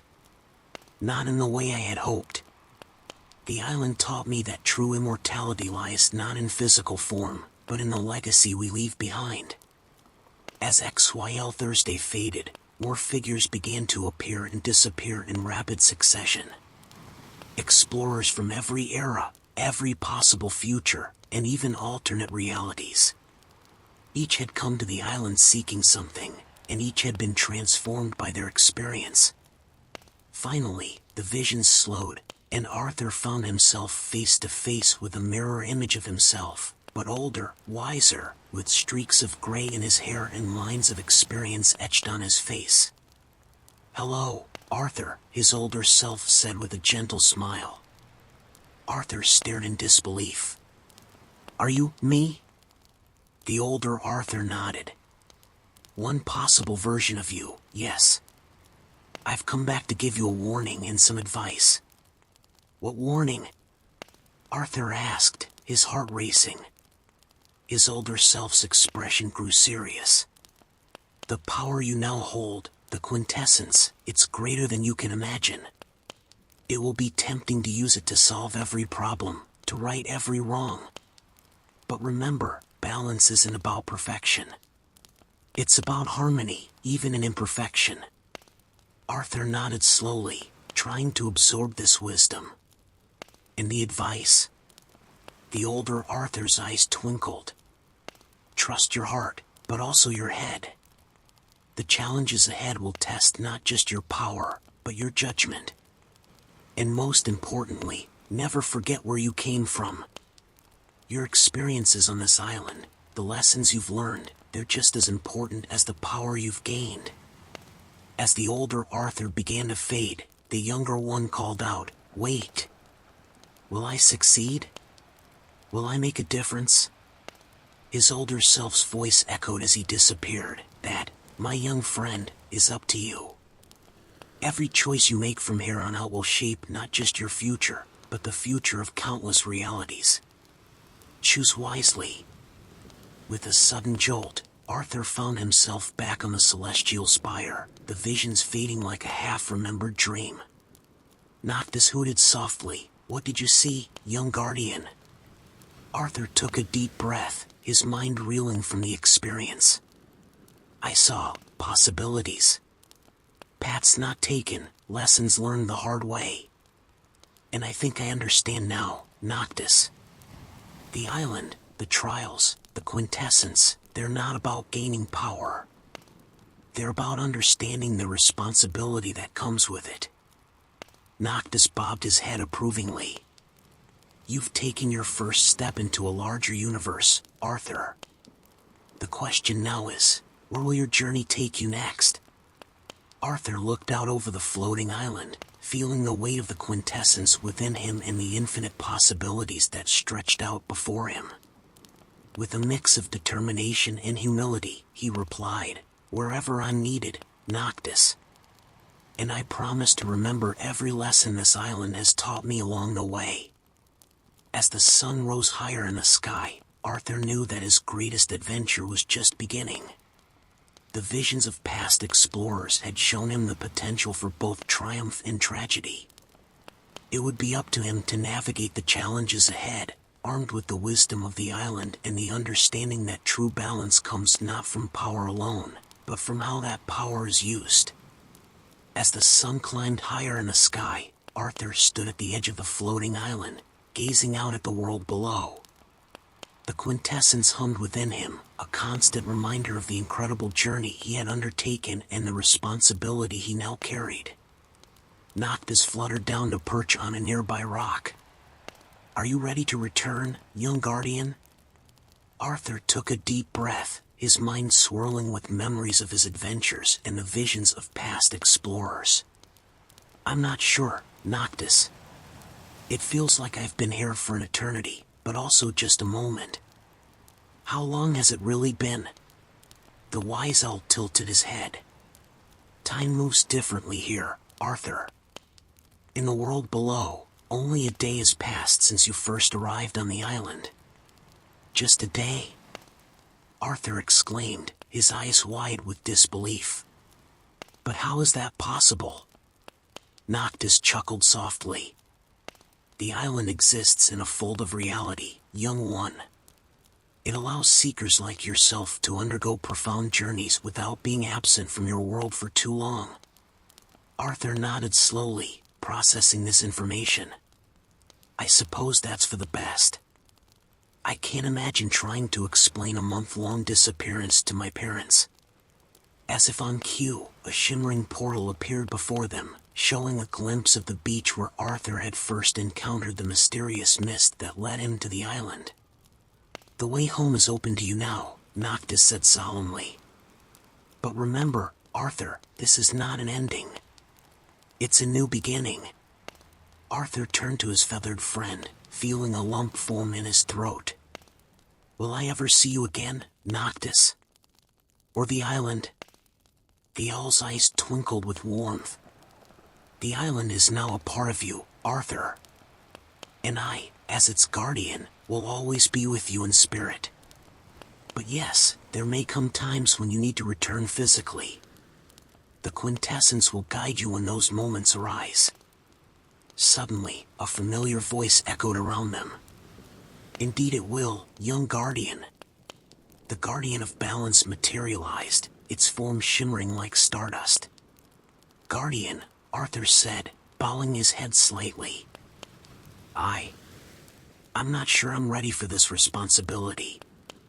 The guardian's form pulsed gently. "No one ever is, Arthur. But that is precisely why you were chosen. Your humility, your willingness to learn and grow, these qualities will serve you well in the challenges ahead." "But what exactly am I supposed to do?"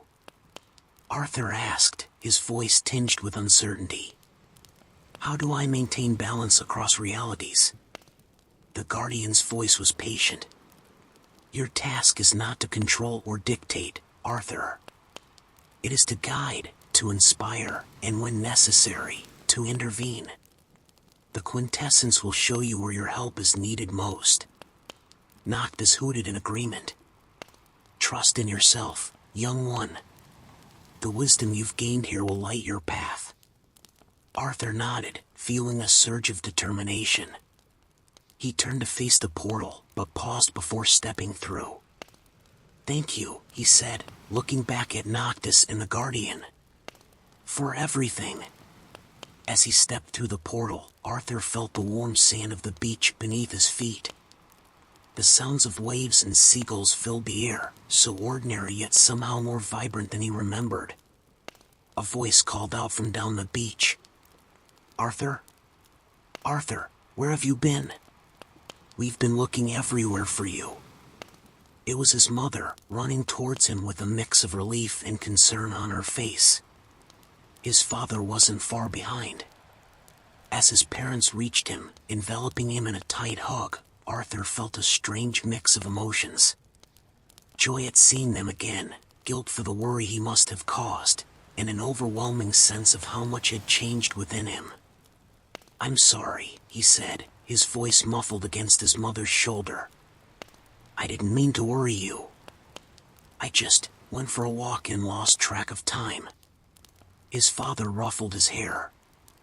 Well, we're just glad you're safe. But don't ever scare us like that again, okay? Arthur nodded, knowing he couldn't possibly explain where he'd really been or what he'd experienced.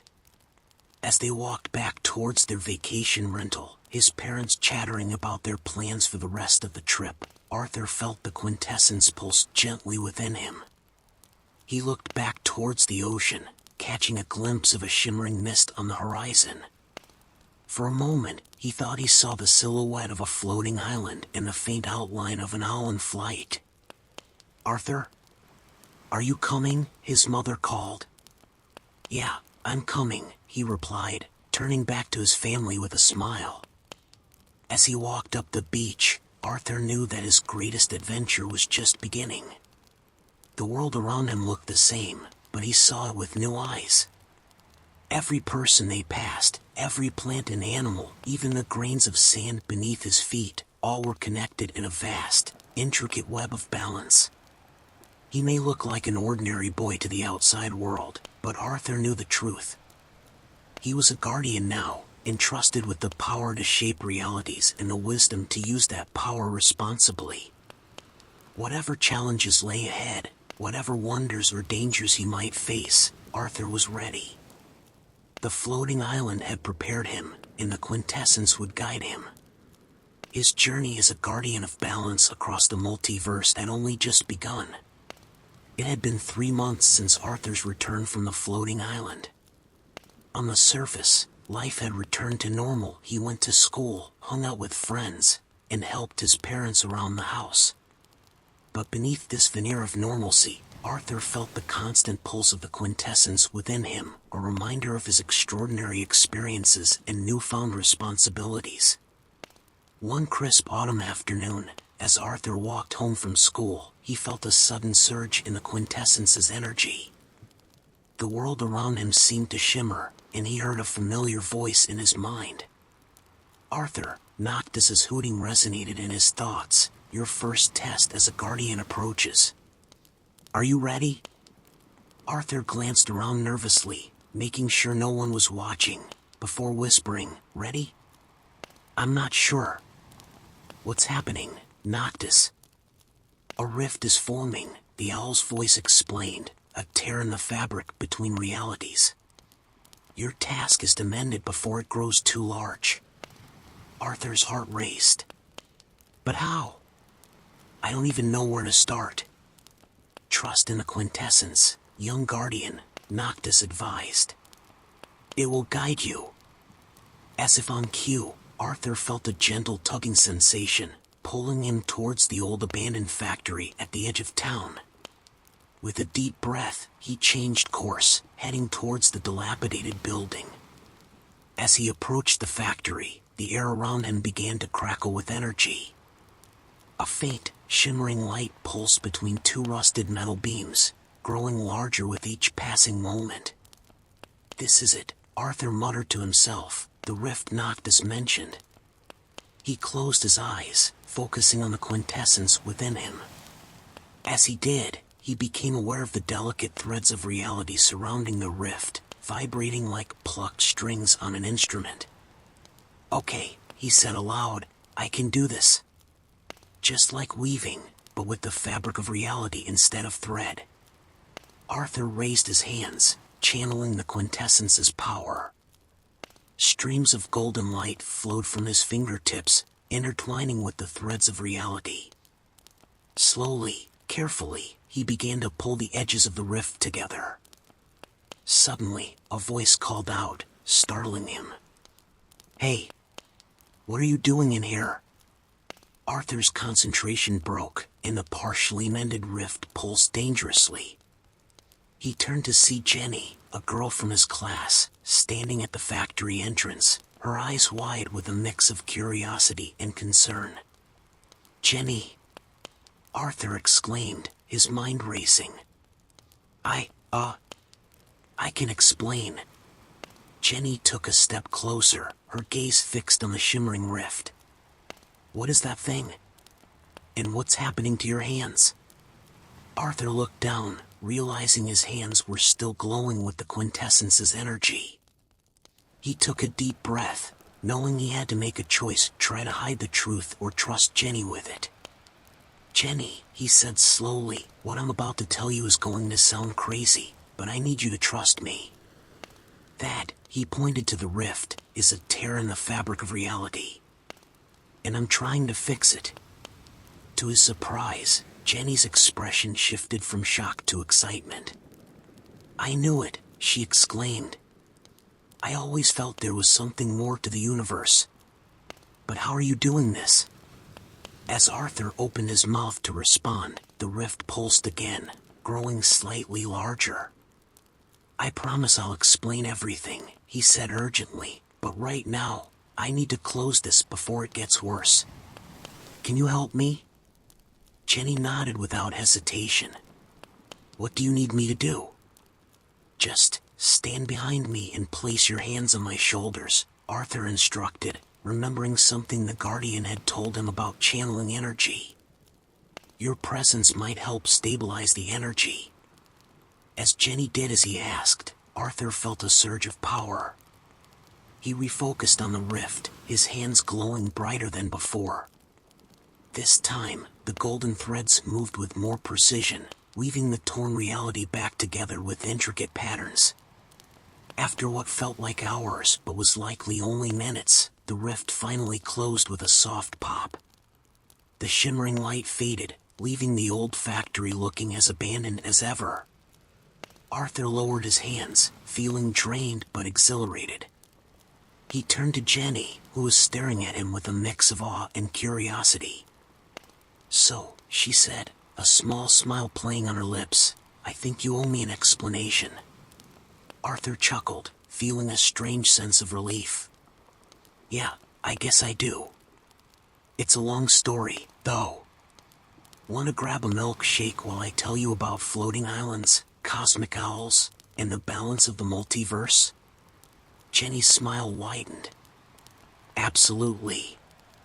But just so you know, after this, my life better not go back to being boring and normal." As they walked out of the factory, Arthur felt the quintessence hum contentedly within him. He had passed his first test as a guardian, and perhaps gained an ally in the process. The challenges ahead would be great, but for the first time since returning from the island, Arthur felt truly ready to face them. "Don't worry," he said to Jenny, a new confidence in his voice. "I have a feeling both our lives are about to get a lot more interesting." 6 months had passed since Arthur's first test as a guardian. Jenny had become his confidant and ally, helping him navigate the challenges of balancing his normal life with his cosmic responsibilities. Today, they were sitting in their favorite cafe, discussing Arthur's latest vision. "So, let me get this straight," Jenny said, stirring her latte. "You saw an alternate version of our town where everything was underwater?" Arthur nodded, his brow furrowed. "Not just underwater. It was like the whole world had flooded. I saw people living in bubble cities, using advanced technology to survive." Before Jenny could respond, the quintessence within Arthur pulsed urgently. The world around them seemed to ripple, and suddenly, they weren't in the cafe anymore. They found themselves standing on a platform overlooking a vast, submerged cityscape. "Arthur?" Jenny gasped, grabbing his arm. "What just happened?" "I think," Arthur said slowly, looking around in awe, "we've been transported to that parallel world I saw in my vision." A voice behind them made them both jump. "Visitors from a tri-world? Fascinating." They turned to see a woman in a sleek, water-resistant suit approaching them. Her eyes were slightly larger than normal, adapted for seeing underwater. "I am Dr. Miravash, lead scientist of Aquapolis," she introduced herself. "And you must be the dimensional anomalies our sensors detected." Arthur stepped forward, trying to project confidence. "I'm Arthur, and this is Jenny. Well, it's complicated. But I think we're here to help." Dr. Vash's expression turned grave. "Help? Yes, we could certainly use that. Our world is dying, young ones. The delicate balance of our underwater ecosystem is collapsing." As if on cue, alarms began blaring throughout the city. Holographic screens flickered to life around them, showing images of massive underwater turbines grinding to a halt. "The oxygen generators," Dr. Vash exclaimed. "They're failing across the city network. Without them, we'll suffocate within hours." Arthur felt the quintessence surge within him. He knew this was why they had been brought here. "Dr. Vash," he said urgently, "I think I can help, but I'll need access to your central control system." The scientist hesitated for only a moment before nodding. "Follow me." As they raced through the translucent corridors of Aquapolis, Jenny whispered to Arthur, "What's your plan?" "I'm not entirely sure," Arthur admitted. "But the quintessence is guiding me. I think I need to connect our world's energy with theirs somehow." They arrived at a massive control room, filled with holographic displays and humming machinery. Dr. Vash quickly explained the situation to her colleagues, who looked at Arthur with a mix of suspicion and desperate hope. "Whatever you're going to do," Dr. Vash said, "do it quickly. We're running out of time." Arthur closed his eyes, reaching out with his senses enhanced by the quintessence. He could feel the energy flows of this world, so similar yet fundamentally different from his own. There was an imbalance, a disharmony that was causing the system to fail. "Jenny," he said, his eyes still closed, "I need you to be my anchor. Like before, put your hands on my shoulders." As Jenny complied, Arthur placed his hands on the central control panel. Golden energy began to flow from his fingertips, spreading through the city's systems like a luminous web. "What is he doing?" one of the scientists asked in awe. "He's rewriting the energy patterns," Dr. Vash replied, her eyes wide as she studied the readings. "Somehow, he's introducing new variables into our ecosystem's equation." Arthur could feel the strain as he channeled the quintessence's power, trying to bridge the gap between realities. In his mind's eye, he saw the great underwater turbines of Aquapolis aligned with the wind farms and solar arrays of his own world. Energy flowed between them, balancing and harmonizing. With a great surge of power, the systems of Aquapolis roared back to life. The alarms ceased, replaced by cheers from the control room staff. Arthur stumbled back, exhausted but triumphant. Jenny caught him, grinning widely. "You did it." Dr. Vosh approached them, her expression one of wonder and gratitude. "I don't fully understand what you've done, young man, but you've saved our city. Perhaps our entire world." "I've created a link," Arthur explained, still catching his breath. "A harmonic resonance between our worlds. Your systems will now draw additional energy from our renewable sources when needed, and vice versa. It should maintain the balance indefinitely."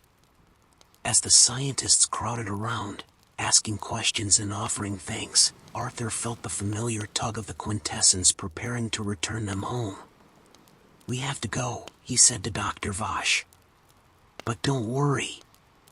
The link will remain, and if you ever need help again, we'll know." Dr. Vosh nodded, clasping his hand. "Thank you, Arthur. You've given us more than just survival. You've given us hope."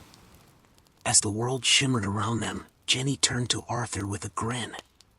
"So, interdimensional crisis averted. What's next on the cosmic agenda?"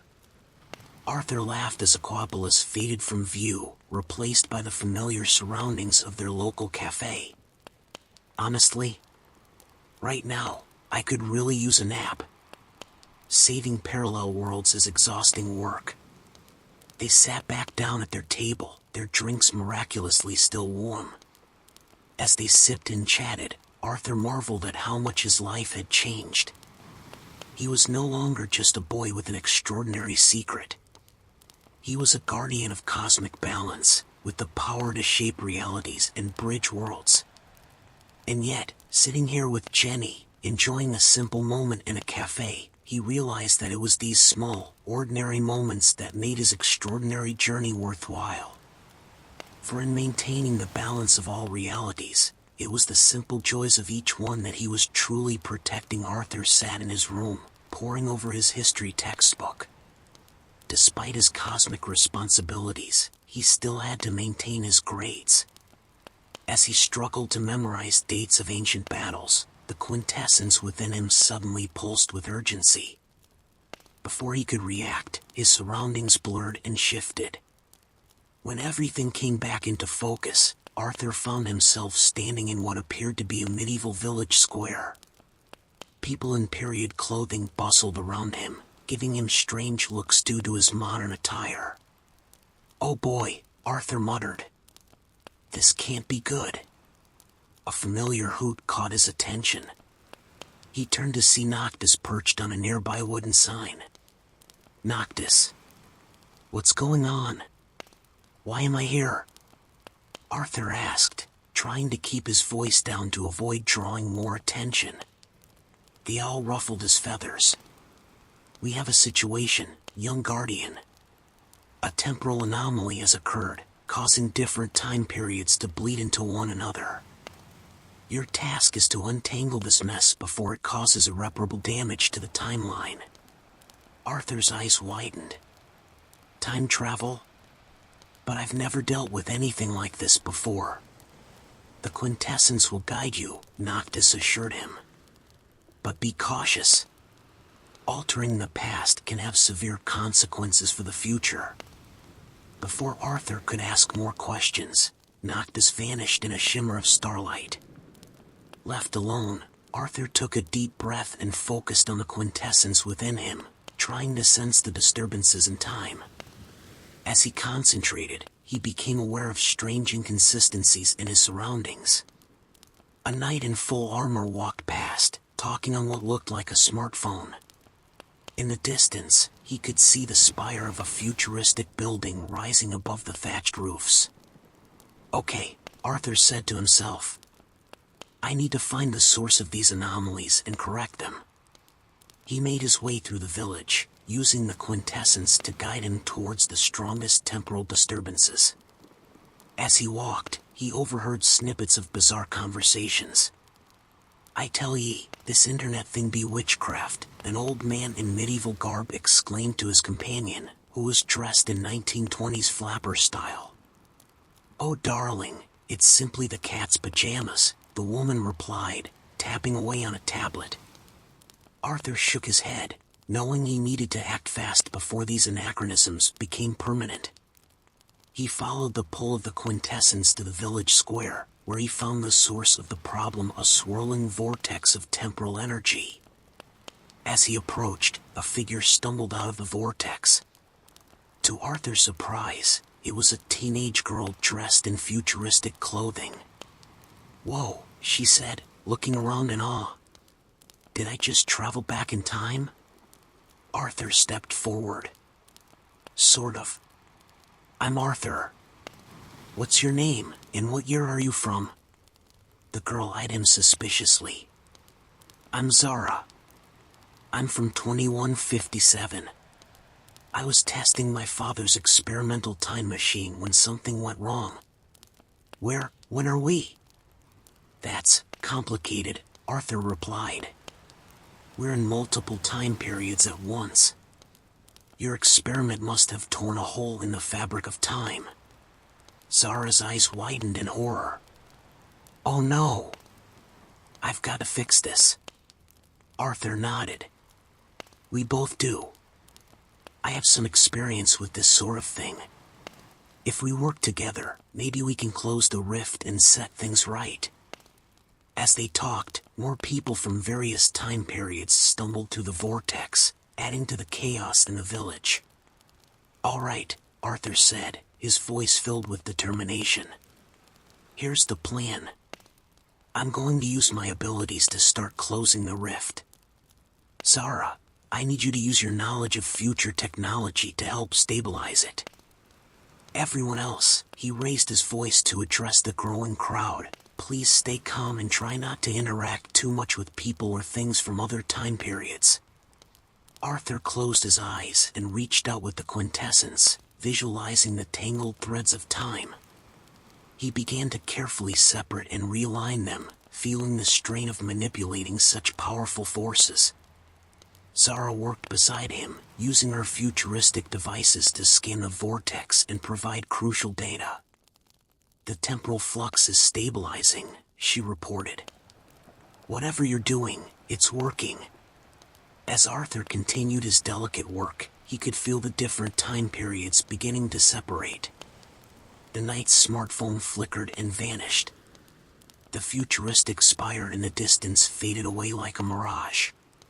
With a final surge of effort, Arthur pulled the last threads of time into alignment. The vortex collapsed in on itself with a thunderous boom, sending out a shockwave that knocked everyone off their feet. When the dust settled, Arthur found himself back in his room, his history textbook lying open before him. For a moment, he wondered if it had all been a vivid daydream. Then he noticed a small, futuristic device on his desk, a gift from Zara before she returned to her own time. His phone buzzed with a text from Jenny. "Just had the weirdest dream about time travel. You wouldn't happen to know anything about that, would you?" Winking face Arthur chuckled, realizing that even across fractured timelines, his friend's connection to his adventures remained strong. He texted back, "Let's just say my history studying took an interesting turn. I'll tell you all about it tomorrow." As he set his phone down, Arthur marveled at the complexity of his role as a guardian. Balancing not just space and reality, but time itself, was a monumental task. Yet with each challenge, he felt more confident in his abilities and more committed to his cosmic responsibilities. With a smile, he turned back to his textbook. After all, even guardians of time and space had to pass their history exams. Arthur sat cross-legged on his bed, eyes closed in meditation. It had been a year since his journey to the floating island, and he was getting better at sensing the subtle energies around him. Suddenly, a discordant ripple in the quintessence jolted him out of his trance. "Something's wrong," he muttered, reaching for his phone to text Jenny. Before he could type a message, his room dissolved around him. Arthur found himself standing in a vast, ethereal space filled with swirling, colorful mists. Each cloud of mist seemed to pulse with different emotions: joy, anger, sadness, fear. "Welcome, young guardian, to the emotional ecosystem, a melodious voice echoed around him. Arthur spun around to see a being of pure light floating nearby. Its form shifted constantly, reflecting the swirling emotions of the realm. "Who are you?" Arthur asked, awe evident in his voice. "And what is this place?" The being's light pulsed gently. "I am the curator of feelings, keeper of this realm. And this, Arthur, is where all emotions originate and return to maintain the balance of sentience across realities." Arthur's eyes widened as he took in the implications.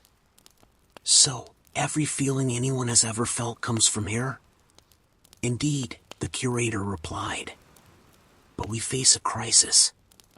Observe." The being gestured, and Arthur noticed a dark, roiling cloud spreading through the realm, consuming the other emotion mists. "Apathy," the curator explained, its voice tinged with concern. "It's growing out of control, threatening to overwhelm all other emotions.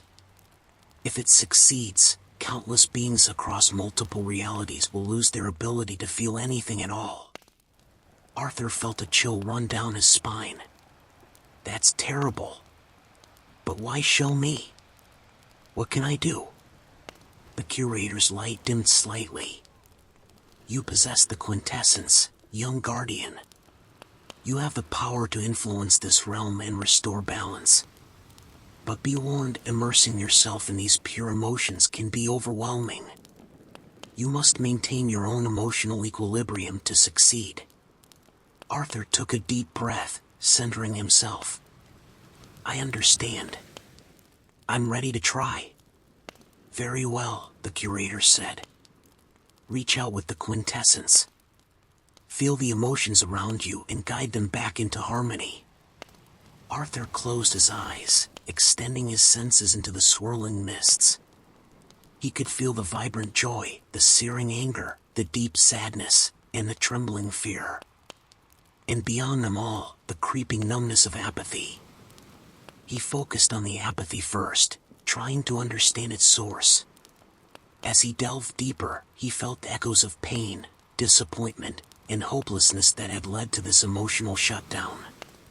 It's not just about pushing the apathy away, Arthur realized aloud.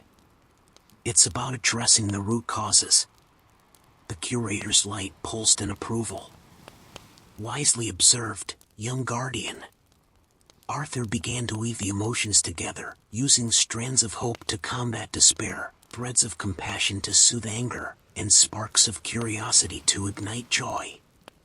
It was delicate work, and more than once he felt himself being pulled into one extreme emotion or another. "Stay centered, Arthur," the curator reminded him. "Your own emotional balance is key." Hours seemed to pass as Arthur worked tirelessly, guiding the emotions back into a harmonious flow. Gradually, the dark cloud of apathy began to dissipate, breaking apart and blending with the other emotions to create a richer, more complex emotional landscape. Finally, Arthur opened his eyes, exhausted but triumphant. The realm around him pulsed with vibrant, balanced energy. The curator floated closer, its light shining brightly. "Well done, young guardian. You have restored balance to the emotional ecosystem. The effects of your work will ripple across realities, touching countless lives." Arthur smiled tiredly. "I'm glad I could help. But I have to ask, will this balance last?" The curator's form shimmered thoughtfully. "Balance is never permanent, Arthur. Emotions ebb and flow, as they should. But what you've done today will prevent a catastrophic breakdown. You've given beings across realities the chance to feel fully and deeply again." As the realm began to fade around him, Arthur felt a surge of emotions himself, pride in his accomplishment, gratitude for the trust placed in him, and a deep sense of connection to all the beings whose emotional lives he had just impacted. "Remember, young guardian," the curator's voice echoed as Arthur found himself back in his bedroom, "the balance of emotions is not about eliminating negative feelings, but about ensuring all emotions can be felt and processed healthily. Your own emotional journey is just as important as your cosmic duties. Arthur nodded, feeling both drained and invigorated. He picked up his phone, seeing a worried text from Jenny asking if he was okay. Apparently, he had been unresponsive for hours. As he typed a reply, Arthur smiled to himself.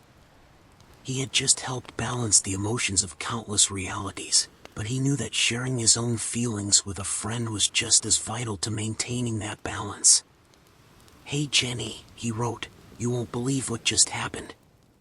Want to grab some ice cream? I could really use a friend to talk to right now." As he hit send, Arthur felt a warm glow of gratitude for the simple, profound emotion of friendship, a feeling that, thanks to his efforts, countless beings across realities could now experience more fully. Arthur jolted awake, his heart racing. The quintessence within him was pulsing with an urgency he'd never felt before. Before he could even catch his breath, the world around him began to shift and blur. When his vision cleared, Arthur found himself standing in a vast, ethereal chamber. The walls seemed to be made of swirling galaxies, and the floor beneath his feet was a shimmering cosmic nebula. Around him, arranged in a circle, were beings of various shapes, sizes, and forms, some humanoid, others completely alien. "Welcome, Arthur, guardian of balance," a familiar voice said. Arthur turned to see Noctis perched on a starlit pedestal. "Noctis? What is this place? Who are all these beings?" Arthur asked, his voice echoing in the cosmic chamber. A figure made of pure energy stepped forward. "This is the Cosmic Council, young guardian. We are the overseers of balance across all realities. And we have summoned you here because we face a crisis unlike any before." Arthur's eyes widened as he looked around at the assembled beings. A crisis? What kind of crisis could be so big that it requires all of this? Another being, this one resembling a sentient crystal, chimed in with a voice like tinkling bells. "The walls between realities are weakening, Arthur. The careful balance we've maintained for eons is on the verge of collapse. If nothing is done," a shadowy figure added, its voice a deep rumble, "all realities will bleed into one another, causing chaos and destruction on an unimaginable scale." Arthur felt the weight of their words settle on his shoulders. "But why me? Surely there are more experienced guardians who could handle this." Noctis hooted softly. "You underestimate yourself, Arthur. Your unique experiences, your connection to multiple realities, and your mastery of the quintessence make you uniquely qualified for this task." The energy being nodded, its form flickering. "Indeed. You've proven your worth time and time again, young guardian. Now, we need your help to save all of existence." Arthur took a deep breath, centering himself. "Okay. What do I need to do?" The crystal being created a holographic display in the center of the chamber. "We've identified the nexus points where the walls between realities are weakest. You must travel to each of these points and use the quintessence to reinforce them. But be warned," the shadowy figure interjected, "forces of chaos will try to stop you.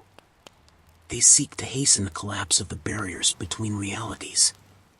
Arthur studied the holographic map, his mind racing. "This is a lot. I'm not sure I can do this alone." Noctis fluttered to Arthur's shoulder. "You won't be alone, Arthur. Each of us will lend you a portion of our power. And don't forget, you have allies in your own reality who have proven their worth." Arthur nodded, thinking of Jenny and the others who had helped him on previous adventures. "You're right. But how will I explain this to them? This is bigger than anything we've faced before." The energy being approached Arthur, its form pulsing gently. "Trust in the bonds you've formed, young guardian. True friendship and loyalty can transcend even the barriers between realities." As the council members began to channel their energy towards Arthur, he felt the quintessence within him grow stronger, more vibrant. Knowledge of cosmic pathways and interdimensional travel flooded his mind. "Remember, Arthur," Noctis said, his eyes glowing with ancient wisdom, "the fate of all realities rests in your hands. But do not let that burden crush you. It is your humanity, your connections to your own world, that give you strength." Arthur squared his shoulders, feeling a mix of fear and determination. "I understand. I won't let you down. I won't let any reality down."